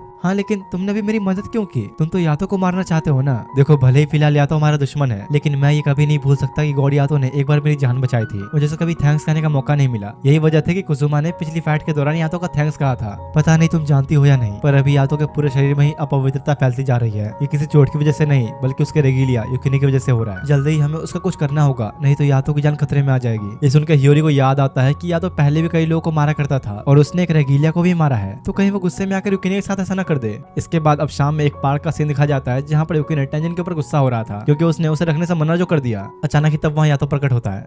क्या बात है, लगता है यहाँ खड़े तुम लॉर्ड टेंजन के ऊपर गुस्सा निकाल रहे हो। जाओ यहाँ से, मैं अब तुम्हारे साथ काम नहीं करना चाहता। देखो बस एक बार ही पूछूंगा, एक नया काम आया है, चलना है तो चलो। जिसके बाद यूकिने और यातो के स्टोर पर आते हैं जहाँ पर यातो को एक कैशियर का काम मिला है और यूकिने को कस्टमर बनने की एक्टिंग करनी है ताकि उसे देखकर और लोग यहाँ पर आए। पता नहीं बेचारे को और क्या क्या करना पड़ेगा। तभी स्टोर में कोफुको और दागोको आते हैं। यातो ये देखते डर जाता है कि भाई गरीबी की देवी यहाँ भी आ गई और जल्दी से उसे मार के बाहर फेंक देता है, क्योंकि तुम लोग तो जानते ही हो कोफुको को गॉड ऑफ पॉवर्टी कहा जाता है। तो यातो को डर है कि कहीं इसकी वजह से पूरा स्टोरी बर्बाद ना हो जाए। वैसे इन दोनों के साथ ह्यूरी भी आई होती है और वही इन्हें यहाँ पर लेकर आई है। तो यातो पूछता है कि आखिर तुम लोग यहाँ पर क्यों आए? देखो अभी मेरे पास तुम्हारे लिए एक असली काम है और फिलहाल तुम्हारी हालत देख के साफ पता लग रहा है कि तुम्हारे पास कोई ढंग का काम तो है नहीं। तभी यातो को यूकिने के गलत इरादों की फीलिंग आती है जो कि इस समय कैश काउंटर के पास खड़ा था। जल्दी से जाके वो सारे पैसे चेक करता है कि कहीं यूकिने ने कुछ चुराया तो नहीं। तुम्हें मुझ पर इतना सब यकीन नहीं, भला मैं चोरी क्यों करूंगा? और गलत इंजाम लगने की वजह से गुस्से में भाग जाता है, पर जल्दी उसका भांडा फूट गया क्योंकि पैसों वाला बॉक्स नीचे गिर जाता है, यानी कि सच में उसने चोरी किया। और अब जबकि सबने उसे देख लिया तो यूकिने वहां से भागना ही सही समझता है, जो देख के या तो कोफुको की तरफ से दिया गया काम एक्सेप्ट करते हुए ह्यूरी को लेकर यूकिने के पीछे चला जाता है, स्टोर को कोफुको और दागोको के हवाले छोड़कर। और वो दोनों अभी कैसे संभालेंगे वो तो तुम लोग भी जानते हो। दूसरी तरफ या तो एक फैंटम को मारने के लिए जा रहा होता है कि तभी पीछे से ह्यूरी आती है। बात को समझते क्यों नहीं तुम? यूकिने तुम्हारा रेगिलिया है, वो भी पहले एक इंसान ही था। रेगिलिया होने का मतलब ये नहीं कि उसमें इमोशंस नहीं है, तुम्हें उससे एक इंसान की तरह बात करनी चाहिए। लेकिन भोले भाले यातो को ये समझ ही नहीं आ रहा होता कि आखिर ह्यूरी क्या कह रही है। इधर यहाँ यूकिने अकेला बैठा हुआ था कि तभी नोरा उसके पास आती है। तो आखिर में तुम भी मेरे जैसे ही हो, एक ऐसे पेट का फल जिसे कोई खाना नहीं चाहता और हमेशा हमेशा के लिए वो अकेला पड़ जाता है। इतने में यातो भी वहाँ पहुंच गया और पूछता है कि नोरा आखिर तुम यहाँ पर क्या कर रही हो? मास्टर आप जब चाहे मेरा यूज कर सकते हैं, आपको इस फालतू से रेगिलिया के ऊपर टाइम वेस्ट नहीं करना चाहिए। सुनो यूकिने, तुमने नोरा से जो कुछ भी सुना उस पर ध्यान मत दो, आप चुपचाप आओ और मेरी मदद करो। जिसके बाद या तो यूकिने को अपनी स्वॉर्ड में ट्रांसफॉर्म करके ऊपर उड़ रहे फैंटम की तरफ पॉइंट करते हुए अटैक करता है, लेकिन वह यहाँ पर बिल्कुल उल्टा, या तो उसे मार नहीं पाता क्योंकि यूकिने ही उसके साथ नहीं देना चाहता। आखिर तुम कर क्या रहे हो? ऐसे हम मारे जाएंगे। और इतने में ही वो फैंटम उड़ते हुए आके यातो को खाने की कोशिश करता है, जिस वजह से यातो पूरी तरह जख्मी हो जाता है। चलो ठीक है यूकिने, अगर तुम मेरी मदद नहीं करना चाहते तो कोई बात नहीं। और वो एक बोतल निकालता है जिसके अंदर काफी सारा होली वाटर था जो यातो ने श्राइन से भरा था, और अपनी स्वॉर्ड के ऊपर वो पानी डालता है और फिर इसके अगले ही पल यातो ने उस फैंटम के टुकड़े टुकड़े कर दिए होते हैं। साइड में जहाँ नोरा खड़ी सब देख रही थी, वहीं पर एक अनजान इंसान आके उसे कहता है तो आखिर में उसने तुम्हें फिर से एक बार ठुकरा दिया स्कारलेट। इतने सालों तक साथ रहने के बाद भी उसके इस बात से ये पता चलता है कि नोरा का रियल नेम स्कारलेट है। जिसके बाद अब रात का सीन दिखाया जाता है जहाँ पर ह्यूरी को यूकिने का रूम खाली देख के कुजुमा की बात याद आती है। तुम्हें कुछ करना ही होगा, अगर यूकिने गॉड यातो के साथ नहीं रहा तो उसकी वजह से वो आज नहीं तो कल मारे जाएंगे। जिसके बाद अगले दिन का सीन दिखाया जाता है जहाँ पर ह्यूरी अभी भी कुजुमा की बातों को ही सोच कर परेशान हो रही थी कि पता नहीं अब यातो का क्या होगा। और देखो नाम लिया शैतान हाजिर, वो अजीब सा पोज देते हुए सीधा लेडीज वॉशरूम में ही घुस गया। तो अच्छी खासी धुलाई भी होती है बेचारे की, और साथ ही यूकिने भी ह्यूरी के पीछे पीछे वहाँ आ गया था तो उसे भी खर्चा पानी मिल जाता है। मेरी क्या गलती यार, मैं तो अपने क्लाइंट से मिलने आया था। अच्छा तो कहाँ है वो? या तो लात मार के एक वॉशरूम का दरवाजा खोलता है जहाँ अंदर उसका क्लाइंट मुन्नाबू बैठा हुआ था और क्योंकि भाई वो भी एक गर्ल्स वॉशरूम में आके बैठा है तो ह्यूरी उसे भी अच्छे से धो देती है। उनके पूछने पर मनाबू ने बताता है कि दरअसल मेरे क्लास में काफी सारे बच्चे मुझे हर वक्त बुली करते रहते हैं, वो लोग अभी भी मुझे ही ढूंढ रहे होंगे, इसलिए मैं यहाँ पर आके छुप गया था। मुझे नहीं पता कि ये सब मेरे साथ ही क्यों हो रहा है, वो सब मुझसे ही इतनी नफरत क्यों करते हैं। मनाबू की सब बातें सुनकर यूकिने को गुस्सा आता है कि आखिर ये लड़का इतना कमजोर क्यों है, खुद के लिए लड़ भी नहीं सकता। तुम उसे कमजोर समझना बंद करो, वो भी बिल्कुल तुम्हारी ही तरह है, तुम मुझे भला इसके साथ कैसे कंपेयर कर सकते हो। और यातो से गुस्सा होकर वहां से चला जाता है। मनाबू ये लो तुम्हारे लिए, अगर तुम्हें भी यूकिने की तरह गुस्सा आ रहा है तो उसे दबाओ मत। और या तो उसके कान में धीरे से कोई बात कहता है, चिंता मत करो, थोड़ी देर में पता लग जाएगा कि यातो ने आखिर मनाबू को क्या दिया। तुम पागल वागल हो गए हो क्या, तुमने उसे वो क्यों दे दिया, क्या ही फर्क पड़ता है। वैसे भी ये सब अब उसके ऊपर डिपेंड करता है कि वो उसका इस्तेमाल करेगा या नहीं। दूसरी तरफ यूकिने को दिखा जाता है जो कि क्लासरूम के अंदर आया हुआ था और वहां पर एक यूनिफॉर्म को पहन के सोचता है, काश अगर मैं आज जिंदा होता तो सब बच्चों की तरह स्कूल आ रहा होता और क्लासरूम के अंदर ही बैठ के अपने पुराने दिनों को याद करने के लिए एक स्टूडेंट का होमवर्क करने लगता है। इतने में बाहर से बाकी स्टूडेंट्स भी आ जाते हैं, जो देख के यूकिने जल्दी से जाकर टेबल के नीचे छुप जाता है।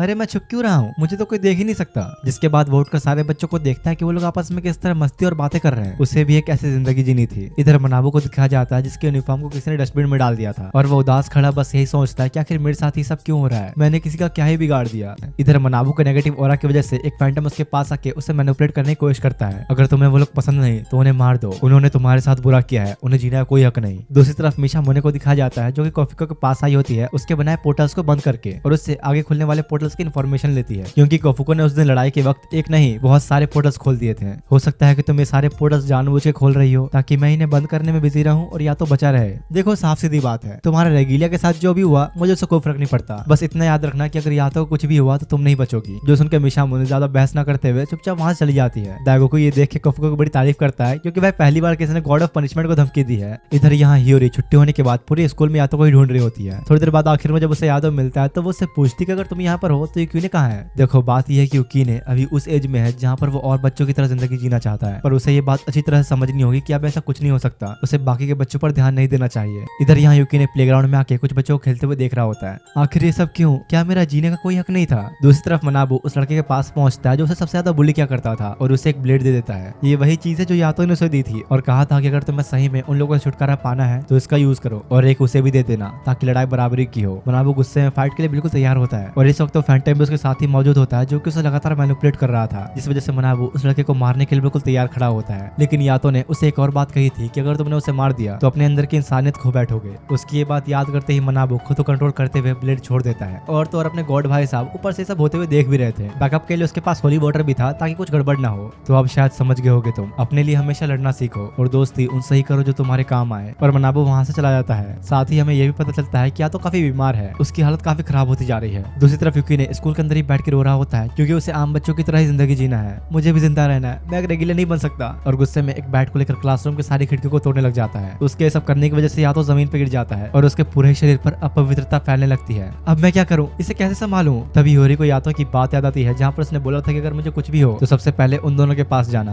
तो ह्यूरी फिर अपनी बॉडी से बाहर आके यातो को उठाने लगती है, लेकिन इस चक्कर में उसके ऊपर भी अपवित्रता फैलने लगती है। ये शायद एक तरह से वायरस की ही तरह जो छूने से फैलता है। उसे लेकर जब वो जा ही रही थी तो यूकिने भी आ जाता है। ये यातो क्या हुआ, कहाँ ले जा रही हो इसे, शायद तुम नहीं जानते पर जब भी तुम कुछ गलत कर रहे थे तो उसका दर्द यातो को सहना पड़ रहा था। इसकी ये हालत तुम्हारी वजह से ही हुई है। जिसके अब कुछ देर बाद ह्यूरी और यूकिने यातो को लेकर कोफुको के घर के पास आते हैं। प्लीज मदद करो, इसकी हालत बहुत ज्यादा खराब है। लेकिन उन्हें देखते ही दाइगो को एक बॉर्डरलाइन क्रिएट कर देता है ताकि लोग अंदर ना आ पाए। तुम ऐसा नहीं कर सकते, या तो नहीं बच पाएगा, क्या तुम्हें थोड़ी सी भी दया नहीं। अब यार ऐसा तो है नहीं कि कोफुको ने मरने के लिए बाहर ही छोड़ देगी। तो उसके काफी रिक्वेस्ट करने पर दाइगो को सिर्फ ह्यूरी को ही अंदर आने देता है। जिसके बाद कोफुके उसे शावर के पास ले जाती है ताकि उसकी अपवित्रता को साफ किया जा सके। तुम मेरा छोड़ो, यातो की हालत अभी ज्यादा खराब है। हाँ मैं जानती हूँ, लेकिन अब बहुत देर हो चुकी है। अगर हमने यूकिने को डिवाइन पनिशमेंट नहीं दी तो यातो मारा जाएगा। असल में यार इस वक्त यातो को बचाने का सिर्फ एक ही तरीका है जिसे एबुलेशन कहते हैं और उसके लिए 3 रेगिलियास की जरूरत पड़ेगी। एक तो दाइगो को खुद है पर बाकी 2 के लिए उसे आसपास के श्राइन्स यानी मंदिरों में जाना होगा। मैं अभी बाहर जा रहा हूँ, लेकिन याद रखना यूकिने, अगर तुम यहाँ से हिले तो जिंदा नहीं छोड़ूंगा। यातो की हालत और भी ज्यादा खराब होती जा रही थी तो दाइगो को ज्यादा टाइम वेस्ट न करते हुए जल्दी से रेगिलियास को ढूंढने के लिए निकल जाता है और सबसे पहले पहुंचता है वो लॉर्ड टेंजिन के पास। दाइगो को सारी प्रॉब्लम्स बताते हुए हेल्प मांगता है। जो सुनकर कुछ रेगिलियास आपस में बात करने लगते हैं कि क्या तुम्हें पता है अगर इस एबुलेशन प्रोसेस में कुछ भी गड़बड़ हुई तो उन 3 रेगिलियास में से कोई भी एक फैंटम्स का शिकार बन सकता है। इसलिए टेंजिन के सारे रेगिलियास जाने से मना कर देते हैं सिवाय तमोने को छोड़कर। वो हेल्प करने के लिए तैयार थी लेकिन फिर भी अभी 2 ही हुए, उन्हें एक और चाहिए। तो दाइगो को आसपास के सारे श्राइन्स में जाकर मदद मांगने की कोशिश करता है पर इस काम के लिए कोई भी रेगिलियर तैयार नहीं होता। कोफुको भी ये सुन के काफी परेशान हो जाते हैं कि भला अब हम लोग करे तो करे क्या। वहीं पर खड़ी ह्यूरी भी कोफुको और दाइगो की वो सारी बातें सुन लेती है और क्योंकि अभी उनके पास ज्यादा टाइम नहीं बचा तो जल्दी से वो रेगिलियर को ढूंढने निकल पड़ती है।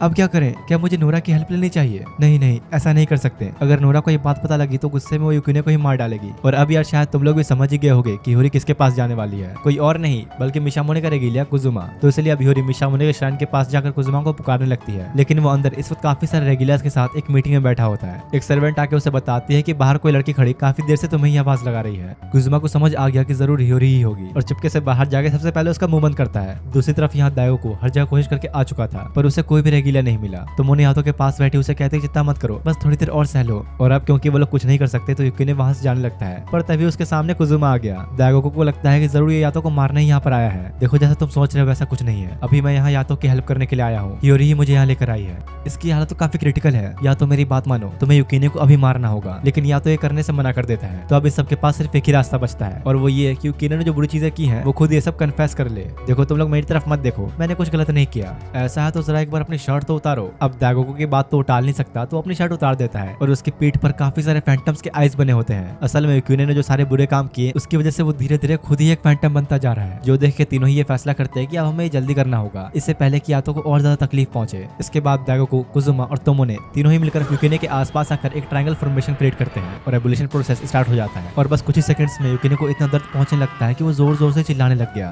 प्लीज मुझे जाने दो, मैंने कुछ गलत नहीं किया। अपने लिए कुछ पैसे चाहना क्या ये गलत है? या जो मुझे कुछ दोस्त चाहिए थे क्या वो गलत है? धीरे धीरे न चाहते हुए भी युकिने फैंटम्स के वश में आकर रूप बदलने लगता है, इसलिए वो लोग बॉर्डरलैंड को और भी छोटी कर देते हैं। पर इसके बावजूद युकिने को संभाल पाना अब भी बहुत मुश्किल हो रहा था। साथ ही रेगिला बनने के टाइम पर जो उसकी बॉडी पर एक नाम छप गया था वो भी मिटने लगता है और अगर ये नाम मिटा तो समझो सब खत्म। प्लीज मुझे माफ कर दो, मैं ही तुम्हें ढंग से रख नहीं पाया, तुम्हारी सारी जिम्मेदारी मुझ पे थी, लेकिन शायद मैं अपना फर्ज ही नहीं निभा पाया, तुम ऐसे नहीं जा सकते। और अब इससे पहले कि युकिने फैंटम्स के वश में आकर वो लाइन क्रॉस करता ह्यूरी भाग के आती है। आखिर तुम ये क्या कर रहे हो? हमें छोड़कर जा रहे हो? शायद तुम्हें अंदाजा नहीं लेकिन तुम्हारी सबसे ज्यादा फिक्र यातो को ही है। अगर ऐसा नहीं होता तो तुम अब तक मर चुके होते, लेकिन उसने तुम्हारी हर एक गलती को माफ करके खुद ही दर्द सहा। अगर आज तुम चले गए तो मुझे और यातो को हमेशा हमेशा के लिए भूल जाना। ये सुनते ही युकिने थोड़ा रुक जाता है। देखो ये सच है कि तुम अब इंसानों से बात नहीं कर सकते, लेकिन फिर भी मैंने तुम्हें इंसानों वाला ही नाम दिया क्योंकि तुम एक इंसान ही हो और तुम्हें वैसा ही जीना होगा। यातो और ह्यूरी से बातें सुनकर उसे रियलाइज होता है कि सच में मेरे पास अब भी कुछ दोस्त हैं। और वो अपनी गलती को समझते हुए कन्फेस करता है, हाँ मैंने ही चोरी किया, मैंने स्कूल की काफी सारी खिड़कियां भी तोड़ी और साथ ही एक दुकान से स्केटबोर्ड भी चुराया। युकिने सारी गलतियां मान के रोते हुए सबसे माफी मांगता है, जिसके बाद जाके फाइनली ये सब खत्म होता है और ये एबोल्यूशन प्रोसेस कामयाब रहा। अगली सुबह कोफुको यातो और युकिने को अच्छे से चेक करती है और दोनों ही बिल्कुल फिट हो गए होते हैं। यातो भी युकिने के साथ सबसे माफी मांगता है और मन ही मन सोचता है कि अगर आज मेरे साथ ह्यूरी ना होती तो मैं स्कूल में ही मर चुका होता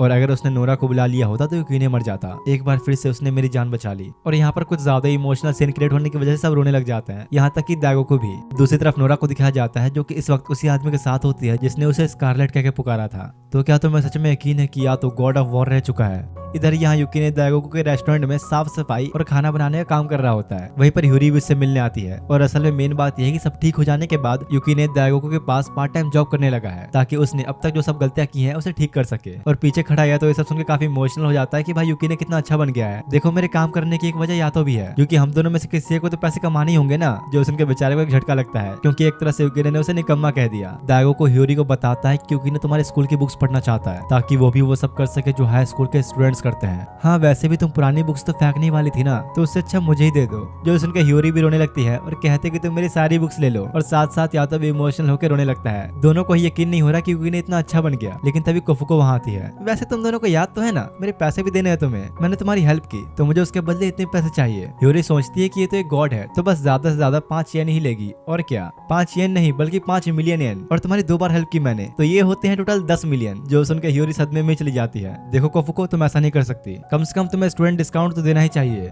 चलो अगर ऐसा है तो ठीक है, मुझे बस 1 मिलियन ही दे दो।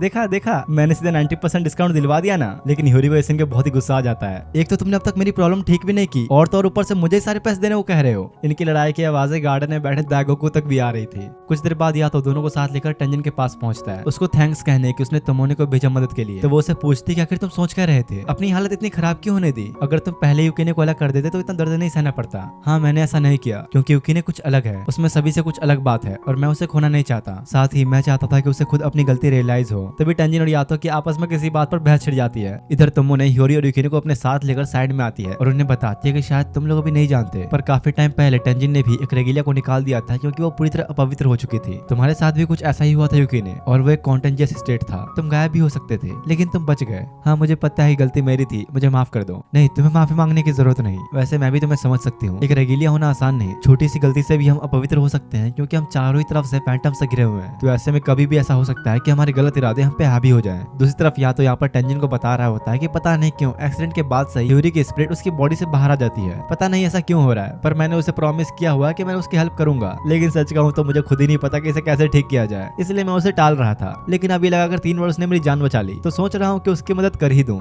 या तो तुम और कितने गिरोगे? फिर टेंजिन उसे कहता है अगर तुम्हें सही में उसे ठीक करना है तो अपने और उसके बीच के रिलेशन को खत्म कर दो, क्योंकि ऐसा हो सकता है कि तुम्हारे साथ उसका कनेक्शन होने की वजह से वो बार बार हमारे वर्ल्ड की तरफ खींच रही हो, तो तुम्हें अपने और उसके बीच का रिश्ता खत्म करना होगा, शायद इससे कुछ असर पड़े। या तो ये बात सुनकर इतना हैरान था कि बस खड़ा देखता ही रह जाता है। अगले सीन में ह्यूरी अपने दोस्तों के साथ होती है, जहाँ पर ये पता चलता है कि न्यू ईयर आने वाला है, तो इसलिए वो लोग श्राइन विजिट का प्लान कर रहे थे। उनसे बात करते हुए ह्यूरी को एक गॉड राबू सामा के बारे में पता चलता है, जो कि आजकल काफी पॉपुलर है। अगर कोई इंसान उस गॉड को किसी ऐसे का नाम बताए जिसे वो गायब करना चाहता है, तो राबू सामा उसे सच में गायब कर देता है, और वैसे ये है कौन ये तुम्हें जल्दी पता लगेगा।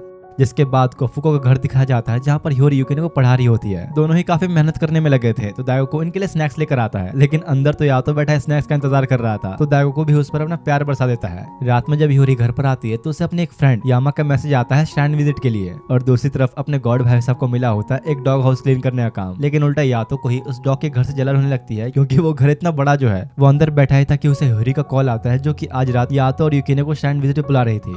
हाँ मैं आ जाता, पर क्या करूँ आजकल काम में बहुत बिजी हूँ, चिंता मत करो, वहाँ खाने के लिए भी बहुत सारी चीजें मिलेंगी। जो सुनकर दोनों ही जाने के लिए मान जाते हैं। कुछ देर बाद जब ह्यूरी रेडी होकर श्राइन विजिट के लिए जाने लगी, तो पीछे एक बिल्डिंग के ऊपर सिनोरा उसे देख रही होती है। ये वही गॉड है जिसके बारे में ह्यूरी के दोस्त बात कर रहे थे कुछ देर पहले, गॉड राबू सामा।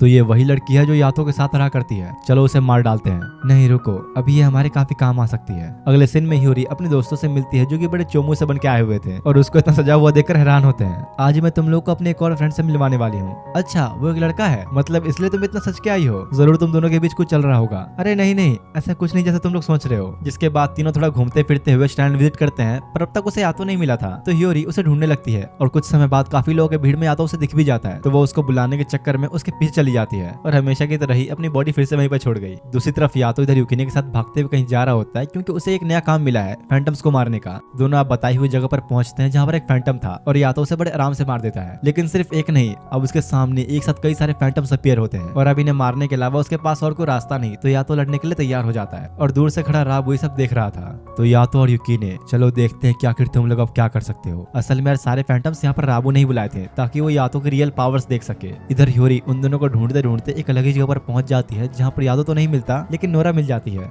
तुम आखिर यहाँ पर क्या कर रही हो? ताकि मैं तुम्हें खत्म कर सकूं, एक हाफ फैंटम को। और तभी नोरा कुछ फैंटम डॉग्स को ह्यूरी के पीछे छोड़ देती है। उसे कुछ समझ नहीं आता कि आखिर नोरा ऐसा क्यों कर रही है, और किसी तरह उन डॉग्स से बचते बचाते हुए भागने लगती है। आखिर तुम ये सब क्यों कर रही हो? बस मैं तुम्हें पसंद नहीं करती, इसलिए। उनसे बचते बचाते हुए ह्यूरी एक बिल्डिंग के ऊपर पहुंच जाती है, लेकिन अभी वो काफी थक चुकी थी, उसमें भागने की और हिम्मत नहीं होती। वो डॉग्स उस पर अटैक करने ही वाले थे कि सूरज उग जाता है, और उसकी रोशनी की वजह से सबके सब एक साथ गायब हो जाते हैं। तो प्यारी ह्यूरी, अगर तुम बस इनसे ही डर गई तो मैं बता दूं कि आगे और भी बहुत कुछ होने वाला है, क्योंकि अब गॉड राबू सामा आ चुके हैं। अगर उनसे विश मांगी जाए तो राबू सामा किसी को भी खत्म कर सकते हैं, चाहे वो इंसान हो, फैंटम हो, या भले एक गॉड क्यों ना हो। और असलियत तो ये है कि राबू सिर्फ और सिर्फ यातो को मारने के लिए ही फार शोर से यहाँ पर आया है। उससे ये सब बातें सुनकर ह्यूरी बहुत हैरान होती है। मेरी बात मान लो, तुम बार बार इस दुनिया में आना बंद करो, तुम्हारी वजह से ही यातो कमजोर पड़ता जा रहा है। दूसरी तरफ यातो यहाँ पर लगातार फैंटम्स को मारने में लगा था, लेकिन वो फिर भी खत्म ही नहीं हो रहे थे। अब और नहीं, अब हम टाइम वेस्ट नहीं कर सकते, चलो यूकिने इसे एक बार में खत्म करे। और वो ऐसा करता भी है, एक झटके में ही उन सबको खत्म कर डालता है, और सब कुछ निपट जाने पर जल्दी से भाग के ह्यूरी के पास जाता है।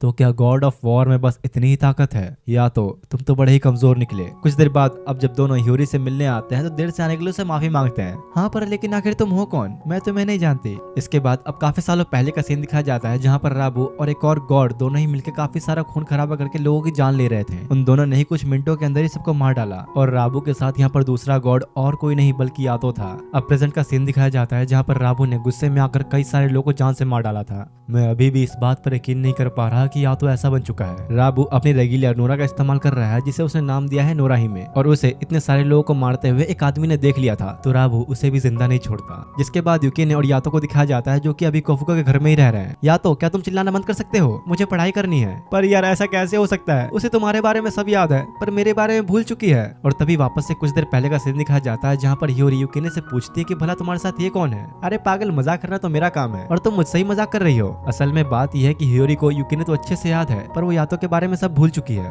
और ये सुन के यातो के तो होश ही उड़ जाते हैं। इधर प्रेजेंट में युकी ने उसे कहता है कि तुम इतना टेंशन क्यों ले रहे हो सकता है कि उसे कोई बीमारी हुई होगी, इसलिए वो शायद से कुछ समय के लिए तुम्हें भूल गई है। पर यातो शांत बैठने वाला थोड़ी था। वो डिसाइड करता है कि मैं फिर से ह्योरी को पहले जैसा करके ही रहूंगा।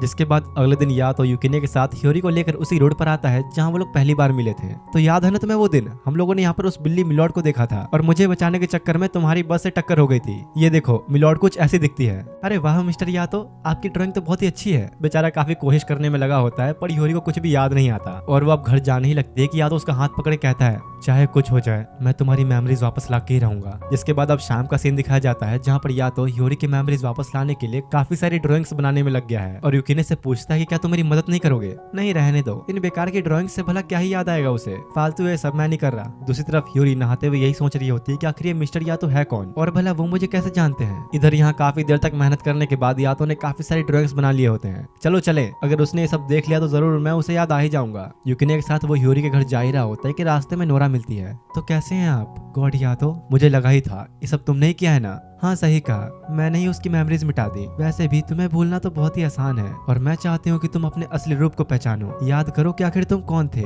या तो उसकी बातों में आकर पुरानी चीजें याद करने ही लगता है क्योंकि उसे रोक लेता है। तो इस बार तुम्हारा क्या प्लान है? ह्योरी के साथ क्या करना चाहती हो तुम? कुछ नहीं, बस मैं चाहती हूँ कि तुम हमसे मिलने आओ। और तभी राबू वहाँ आके नोरा को एक वेपन में कन्वर्ट कर लेता है। ये क्या राबू, तुम जिंदा हो? हाँ कुछ ऐसा ही समझ लो। वैसे भी तुमसे मिले काफी समय हो चुका है। और एकदम से ही यातो पर अटैक कर देता है। दोनों के ही बीच फाइट शुरू हो जाती है, लेकिन ये साफ दिख रहा था कि यातो राबू के सामने काफी कमजोर पड़ रहा है। जरा तुम अपने आप को देखो, तुम्हारी असली ताकत ये नहीं है। याद करो खुद को, आखिर तुम थे कौन? ये सुनते ही यातो फिर से उसके बातों में ही आने लग रहा था कि युकी ने उसे टोक के होश में लाता है। धीरे धीरे उन दोनों की लड़ाई से आसपास का माहौल बदलने लगता है, जो चीज मिशामुने और टेंजिन भी फील कर पा रहे थे कि जरूर कुछ तो गड़बड़ हो रही है। दूसरी तरफ यहाँ युकी ने राबू के सामने कमजोर पड़ चुका था और ज्यादा लड़ने की उसमें ताकत नहीं बचती। तो यातो उसे रियल फॉर्म में वापस ले आता है। शायद तुमने सही कहा था फुरोहिमे, ये अब वो पुराना यातो नहीं रहा जिसे मैं जानता था। दरअसल यार फुरोहिमे वो नाम है जो राबू ने नोरा को दिया है। जिसके बाद वो भी अपने रियल फॉर्म में आ गई और यातो से कहती है ये मेरा वादा है तुमसे, अगर तुमने राबू को हरा दिया तो मैं ह्योरी की मेमोरीज वापस कर दूंगी। और इतना कहकर दोनों ही वहां से चले जाते हैं। जिसके बाद शाम का वक्त दिखाया जाता है जहाँ पर कुजुमा कोफ्को के घर आया हुआ था आज जो मौसम में बदलाव हुआ था वो बताने के लिए। और जब उसे इन लोगों से पता चलता है कि सब राबू ने किया था तो वो कहता है कि मुझे कुछ अजीब फीलिंग आ ही रही थी, यकीन नहीं हो रहा कि वो सच में वापस आ गया।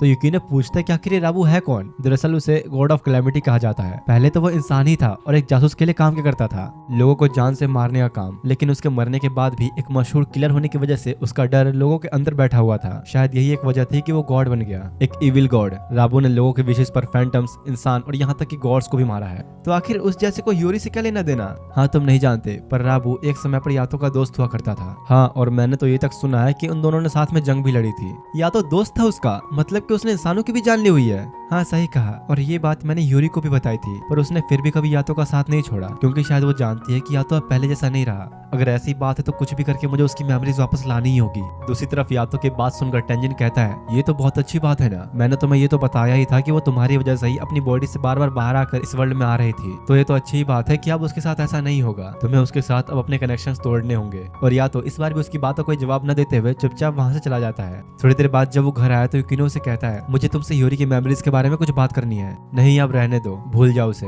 ह्योरी और उसकी यादें दोनों को भूल जाओ, वही अच्छा रहेगा। युकिने को ये उम्मीद नहीं थी कि या तो हार मान लेगा, इसलिए वो नाराज हो गया था और सोचता है कि आखिर अब इसे क्या हुआ, कल तक तो ये बड़े जोश में था। अगले दिन जब ह्योरी स्कूल में होती है तो अपने नोटबुक के अंदर उसने यातो की ड्राइंग देखी और सोचती है कि क्या सच में मैं इसे जानती हूँ? अगर ऐसा है तो मुझे कुछ याद क्यों नहीं आ रहा। इतने में उसे युकिने का मैसेज आता है जिसने उसे आज पार्क में मिलने के लिए बुलाया है। इसके बाद शाम के टाइम ह्योरी युकिने की बताई हुई जगह पर बैठकर उसका इंतजार कर ही रही होती है कि तभी वो एक पिक्चर बुक लेकर उसके पास आता है। चलो आज मैं तुम्हें कुछ कहानियां सुनाता हूँ। इस बुक के अंदर उन सारे इंसिडेंट्स की ड्राइंग बनी हुई थी जो या तो ह्योरी और युकिने के साथ हुआ था। तो वो सारी पिक्चर्स दिखाते हुए उसके पीछे ही कहानियां बताने लगता है। और ये बात या तो को भी पता चल चुकी थी कि युकी ने फिर से ह्योरी से मिलने गया है। नोरा उसके पास आती है। अब भला तुम यहाँ क्यों आई हो? क्या तुम्हें ह्योरी की मेमोरीज नहीं चाहिए जो मैंने उससे ले ली? दूसरी तरफ युकी ने उसे पूरी कहानी बताकर कहता है तो ये थी अब तक की हम तीनों की जर्नी, तुम, मैं और यातो। हाँ लेकिन मुझे माफ करना, मुझे अभी भी उसके बारे में कुछ याद नहीं आ रहा, पर वैसे ये कहानी अच्छी थी, ऐसा लग रहा था कि हम अच्छे दोस्त हैं। तुम ये बुक मुझे दे दो, शायद मुझे कुछ याद आ जाए। और जैसे ही ह्योरी ने बुक अपने हाथ में ली उससे पूछते कि आखिर आप कौन, क्या ये बुक आपकी है? मतलब कि वो अब युकिने के बारे में भी भूल चुकी है, जिससे युकिने बहुत हैरान होता है और बिना कुछ बोले बुक वहीं पर छोड़ के चला जाता है। और इधर यहाँ यातो को भी युकिने के इमोशंस फील हो जाते हैं। तो वो नोरा से पूछता है कि आखिर अब तुमने क्या किया।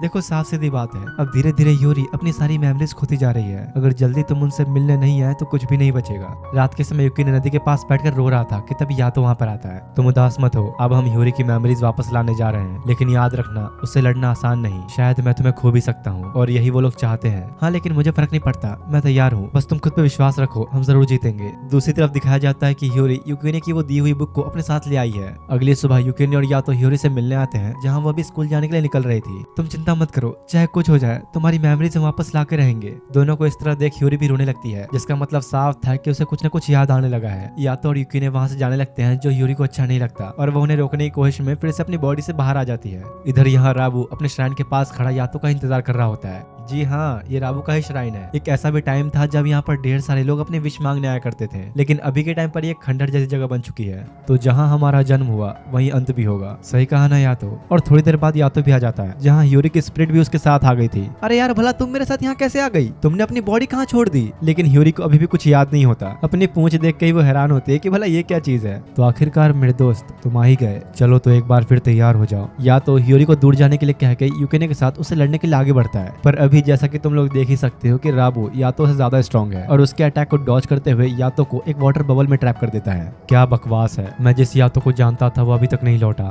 नहीं यार मैं फंस नहीं सकता, ऐसे तो मैं सांस भी नहीं ले पाऊंगा। पर तब यूरी वहाँ आके उसे बबल से बाहर निकाल लेती है। तुम पागल हो क्या? यहाँ क्यों आई? दूर रहने के लिए बोला था ना मैंने। पर चलो कोई बात नहीं, जान बचाने के लिए शुक्रिया, और अब दूर ही रहना तुम। यातो आखिर तुम इतने कैसे बदल गए? दोबारा जब राबू के ऊपर यातो ने अटैक किया तो वो उसे पूछता है आखिर वो कहाँ है, वो गॉड ऑफ वॉर जिसे मैं जानता था, और एक लात मार के उसे दूर फेंक देता है। यातो फिर से उठकर उससे दोबारा लड़ने आ गया, लेकिन राबू उससे बार बार एक ही बात पूछ रहा था कि वो यातो कहाँ है जिसे मैं जानता था? कहाँ गई तुम्हारी वो खून की प्यासी चमकती हुई आंखें? आखिर कहाँ है असली गॉड ऑफ वॉर? लेकिन यातो अभी कुछ भी जवाब नहीं देता। उसके अटैक को डॉज करके राबू ह्यूरी को देखता है, शायद तुम्हें वापस लाने के लिए इतना काफी नहीं। और अगले ही सीन में ह्यूरी के पास आके उसे मारने ही वाला था कि यातो उसे रोक लेता है और जल्दी से ह्यूरी को लेकर वहां से भागने लग गया। उन दोनों की लड़ाई से मौसम में भी काफी बदलाव आने शुरू हो गए थे, जिसकी वजह से बहुत सारे फैंटम्स भी सामने आने लगते हैं और इन्हें मारने का काम मिशामुने संभाल रही होती है। कुजुमा क्या तुम जानते हो ये सारे फैंटम्स इतने ज्यादा एक्टिव क्यों हो गए? हाँ, ये दो गॉड्स की लड़ाई की वजह से हो रहा है, गॉड ऑफ कैलेमिटी और गॉड ऑफ वॉर की वजह से, जो सुनकर मिशामुने भी हैरान हो जाती है। दूसरी तरफ यहाँ पर यातो ह्यूरी और यूकिने के साथ एक बड़ी सी चट्टान के पीछे छुपा होता है। वो तो कुछ ज्यादा ही स्ट्रॉन्ग है। यातो मुझे नहीं लगता कि तुम उससे लड़ पाओगे, तुम दोनों अभी के लिए यहाँ से चले जाओ, मैं उससे कैसे भी करके लिपट लूंगा। अब इससे पहले कि वो लोग कुछ प्लान कर पाते, राबू ने ढूंढ लेता है और वो छोटी सी बॉल जिसमें ह्यूरी की मेमोरीज मौजूद थी उसे बहुत दूर फेंक देता है। यातो जल्दी से भागते हुए जाके उसे कैच करने ही वाला था कि इतने में राबू बॉल को डिस्ट्रॉय कर देता है और साथ ही अब ह्यूरी भी बेहोश हो चुकी थी। तो यातो पहले उसे ले जाकर आराम करने के लिए उसे साइड में रख देता है। तो क्या अब मैं असली गॉड ऑफ वॉर से मिल सकता हूँ? मुंह बंद कर अपना, यूकिने तुम तैयार हो जाओ। और यातो उसकी तरफ देखते हुए एक बहुत ही डेंजरस किलर लुक देता है। और सही में कह रहा हूँ यार, जब एनिमे के अंदर मैंने ये सीन देखा था तो मुझे गूज़बम्स तक आ गए थे। अब तुम लोगों को समझ में आएगा कि यातो को गॉड ऑफ वॉर क्यों कहते हैं। अगले ही सेकंड यातो इतनी तेज राबू के ऊपर अटैक करता है कि उसे कुछ पता ही नहीं चलता कि यहाँ पर आखिर हुआ क्या। जिसके बाद राबू और यातो दोनों के बीच ही एक सीरियस बैटल शुरू हो जाती है, लेकिन इस बार यातो भारी पड़ रहा होता है और जीत भी एंड में उसकी ही होती है। कोई बात नहीं, मैं बिल्कुल यही चाहता था, हम दोनों ही तबाही के देवता हैं और अब होगी असली लड़ाई शुरू। चलो अब मैं तुम्हें दिखाता हूँ अपनी असली ताकत। और राबू अपना मास्क उतार लेता है और तब पता चलता है कि उसकी एक आंख है ही नहीं। राबू पूरे आसमान के आंधी तूफान को अपने अंदर अब्सॉर्ब करने लगता है, जिसमें काफी सारे फैंटम्स ही मौजूद थे। कर क्या रहे हो तुम? एक गॉड होने के बावजूद फैंटम्स के साथ मर्ज हो रहे हो? हाँ, क्योंकि तुमसे लड़ने के लिए मैं किसी भी हद तक जा सकता हूँ। और एक बार फिर से दोनों के बीच लड़ाई शुरू हो जाती है। उनके ऐसे अटैक्स की वजह से एक बड़ी सी चट्टान कट के ह्यूरी के ऊपर गिरने लगती है, जो यातो देख लेता है और जल्दी से उसे बचाने के लिए जाने ही लगा कि राबू मौका देखते ही दोनों के ऊपर अटैक कर देता है। थोड़ी देर बाद जब आसपास की धूल हटी तो दिखाया जाता है कि यातो ने ह्यूरी को बचा लिया और सारी चट्टानें उसके ऊपर ही गिर रही हैं। दूसरी तरफ ह्यूरी अपने माइंड के अंदर खुद से पूछ रही होती है कि आखिर मैं कौन हूँ, कहाँ हूँ और कुछ याद क्यों नहीं आ रहा मुझे। ये कैसी महक है, मैं शायद इसे जानती हूँ। गॉड यातो क्या ये तुम हो? और जब उसने आंखें खोली तो देखती है कि यातो उसके पास बैठा रो रहा है। ह्यूरी उसके गाल पर हाथ रखते हुए कहती है शांत हो जाओ, अब मैं आ चुकी हूँ। यातो ये देख के इतना खुश होता है कि उसे गले से लगा लेता है, लेकिन जोश जोश में आके बेचारा उसे कुछ ज्यादा ही चिपकने लग जाता है। तो ह्यूरी उसे एक जोर का लात मार के दूर करती है। नामुमकिन, इसने मेरे स्पेल को कैसे तोड़ दिया? ऐसा तो हो नहीं सकता। मुझे कोई फर्क नहीं पड़ता, अब मैं पहले इसे ही खत्म करूंगा। यातो उसे सब बता ही रहा होता है कि वो यहाँ पर आई कैसे, कितने में राबू ह्यूरी को ही खींच लेता है। आखिर बात क्या है यातो, तुम पहले जैसे क्यों नहीं हो पा रहे? भूल गए तुम हम कैसे गॉड्स हुआ करते थे? हम लोगों की लालच से भरी पूरी इच्छाओं पर जीते थे। चुप रहो, वो हमारा पास्ट था, जिससे अब मुझे कोई फर्क नहीं पड़ता। मैं वो सब भूल चुका हूँ। और तुम भी भूल जाओ, ह्योरी को छोड़ दो। तो ऐसा है, सारी फसाद की जड़ी लड़की ही है। ठीक है यातो, तो अब तुम्हें वापस लाने के लिए मैं इसकी बलि देने जा रहा हूँ। लेकिन इससे पहले कि वो कुछ भी ऐसा करता, यातो एक बहुत ही पावरफुल अटैक करता है जिससे राबू के अंदर के सारे फैंटम्स खत्म हो जाते हैं, जिस वजह से राबू अब पूरी तरह कमजोर पड़ गया। ह्योरी भागते हुए यातो के पास आके कहती है, बहुत हो गया, चलो अब हम लोग वापस चले। मैं चाहती हूँ कि तुम ये सब कुछ खत्म करके मेरे साथ वापस चलो। ऐसा है तो ठीक है, तुम्हारी इच्छा सुन ली गई है। और अगले ही सेकंड यातो पलक झपकते उस पर अटैक करता है जिससे राबू का वो मास्क बीच से कट के गिर गया। असल में उसने इस मास्क के कर्स पावर से ही अपनी बॉडी को फिर से हासिल किया था, तो इसलिए अब इसकी कर्स पावर खत्म होने की वजह से राबू भी गायब होने लगता है और मरते हुए यातो से कहता है, हम लोगों की इच्छाओं को कितना भी पूरा कर दें, लोग हमसे फिर भी डरते थे। भले ही हम दोनों तबाही के देवता थे, लेकिन आखिर में हमारा वजूद लोगों की इच्छाओं की वजह से ही था। और एक इंसान की इच्छा तो हर वक्त बदलती ही रहती है। इसलिए जब मैं 500 साल सोने के बाद जागा तो बस मरना चाहता था, लेकिन किसी और के हाथों से नहीं, सिर्फ तुम्हारे हाथों से। यातो, वो सिर्फ तुम थे जो मुझे समझते थे। और देखो, अब मैं तुमसे पहले जा रहा हूँ, पर भूलना मत, आखिर में हम दोनों का ही नसीब एक जैसा है। नहीं, तुम गलत हो, मैं तुम्हारी तरह नहीं, मैं बदल चुका हूँ। और अपने कुछ आखिरी शब्दों को कहते हुए राबू गायब हो जाता है। धीरे धीरे अब आसमान भी साफ होने लगता है। टेंजिन और मिशामोने भी समझ जाते हैं कि जरूर किसी गॉड का अंत हुआ है। जिसके बाद शाम के वक्त नोरा को दिखाया जाता है, जो कि उस टूटे हुए मास्क को उठाते हुए कहती है, मेरा ये तरीका तो फेल हो गया, अब मुझे अपने फादर से ही बात करनी होगी। दूसरी तरफ जब तीनों घर जा रहे होते हैं तो युकी ने ह्योरी से पूछता है कि आखिर ये सब हुआ कैसे, तुम्हारी याददाश्त वापस कैसे आ गई। ह्योरी ये कहने ही वाली थी कि सब यातो की महक की वजह से हुआ, मुझे वो काफी पसंद है, लेकिन तभी शर्माते हुए टॉपिक चेंज कर देती है। देखो ह्योरी, अगर तुम्हें सच में ठीक होना है तो तुम्हें हमारे साथ के सारे कनेक्शंस तोड़ने होंगे, हमें भूलना होगा, तभी तुम नॉर्मल दुनिया में इंसानों की तरह रह पाओगी। नहीं, मैं ऐसे ही ठीक हूँ, मुझे कोई कनेक्शंस नहीं तोड़ने। और ये बात जब कोफुको को पता चलती है तो उसका शक यकीन बदल जाता है कि जरूर ह्योरी और यातो के बीच कुछ ना कुछ चल रहा है। देखो, मुझे नहीं पता कि इसने ऐसा डिसीजन क्यों लिया, पता नहीं इसके पीछे कोई वजह है भी या नहीं। नहीं, ऐसा नहीं है, वजह है, मैं तुम लोगों के साथ रहना चाहती हूँ, हमेशा हमेशा के लिए, पर वो तुम हो जो मेरे साथ सारे कनेक्शंस तोड़ना चाहते हो। और ये सब सुन के कोफुको और दागो को बड़े खुश होते हैं कि फाइनली इसने कह ही दिया। यातो भी शर्मा गया था तो अपना हाथ उसकी तरफ बढ़ाते हुए कहता है, तुम्हें 5 येन देने होंगे ताकि मैं तुम्हारी ये विश पूरी कर सकूं। और ह्योरी खुशी खुशी उसे दे भी देती है। कॉइन की बात कर रहा हूँ मैं, कुछ और मत समझ लेना। तो ठीक है बर्ड्स, तुम्हारी ये पुकार सुन ली गई है। और यार, इसी के साथ नोरागामी का सीजन 1 यहीं पर एंड होता है। सीरीज तो अच्छी लगनी ही चाहिए तुम्हें, क्योंकि इसकी IMDb रेटिंग 8.2 से भी ज्यादा है। इसका भी सीजन 2 भी है, लेकिन वो तभी आएगा जब इस वीडियो के ऊपर 1000 कमेंट्स होंगे। मिलते हैं आप तुम लोगों से नेक्स्ट वीडियो में, तब तक के लिए थैंक्स फॉर वॉचिंग।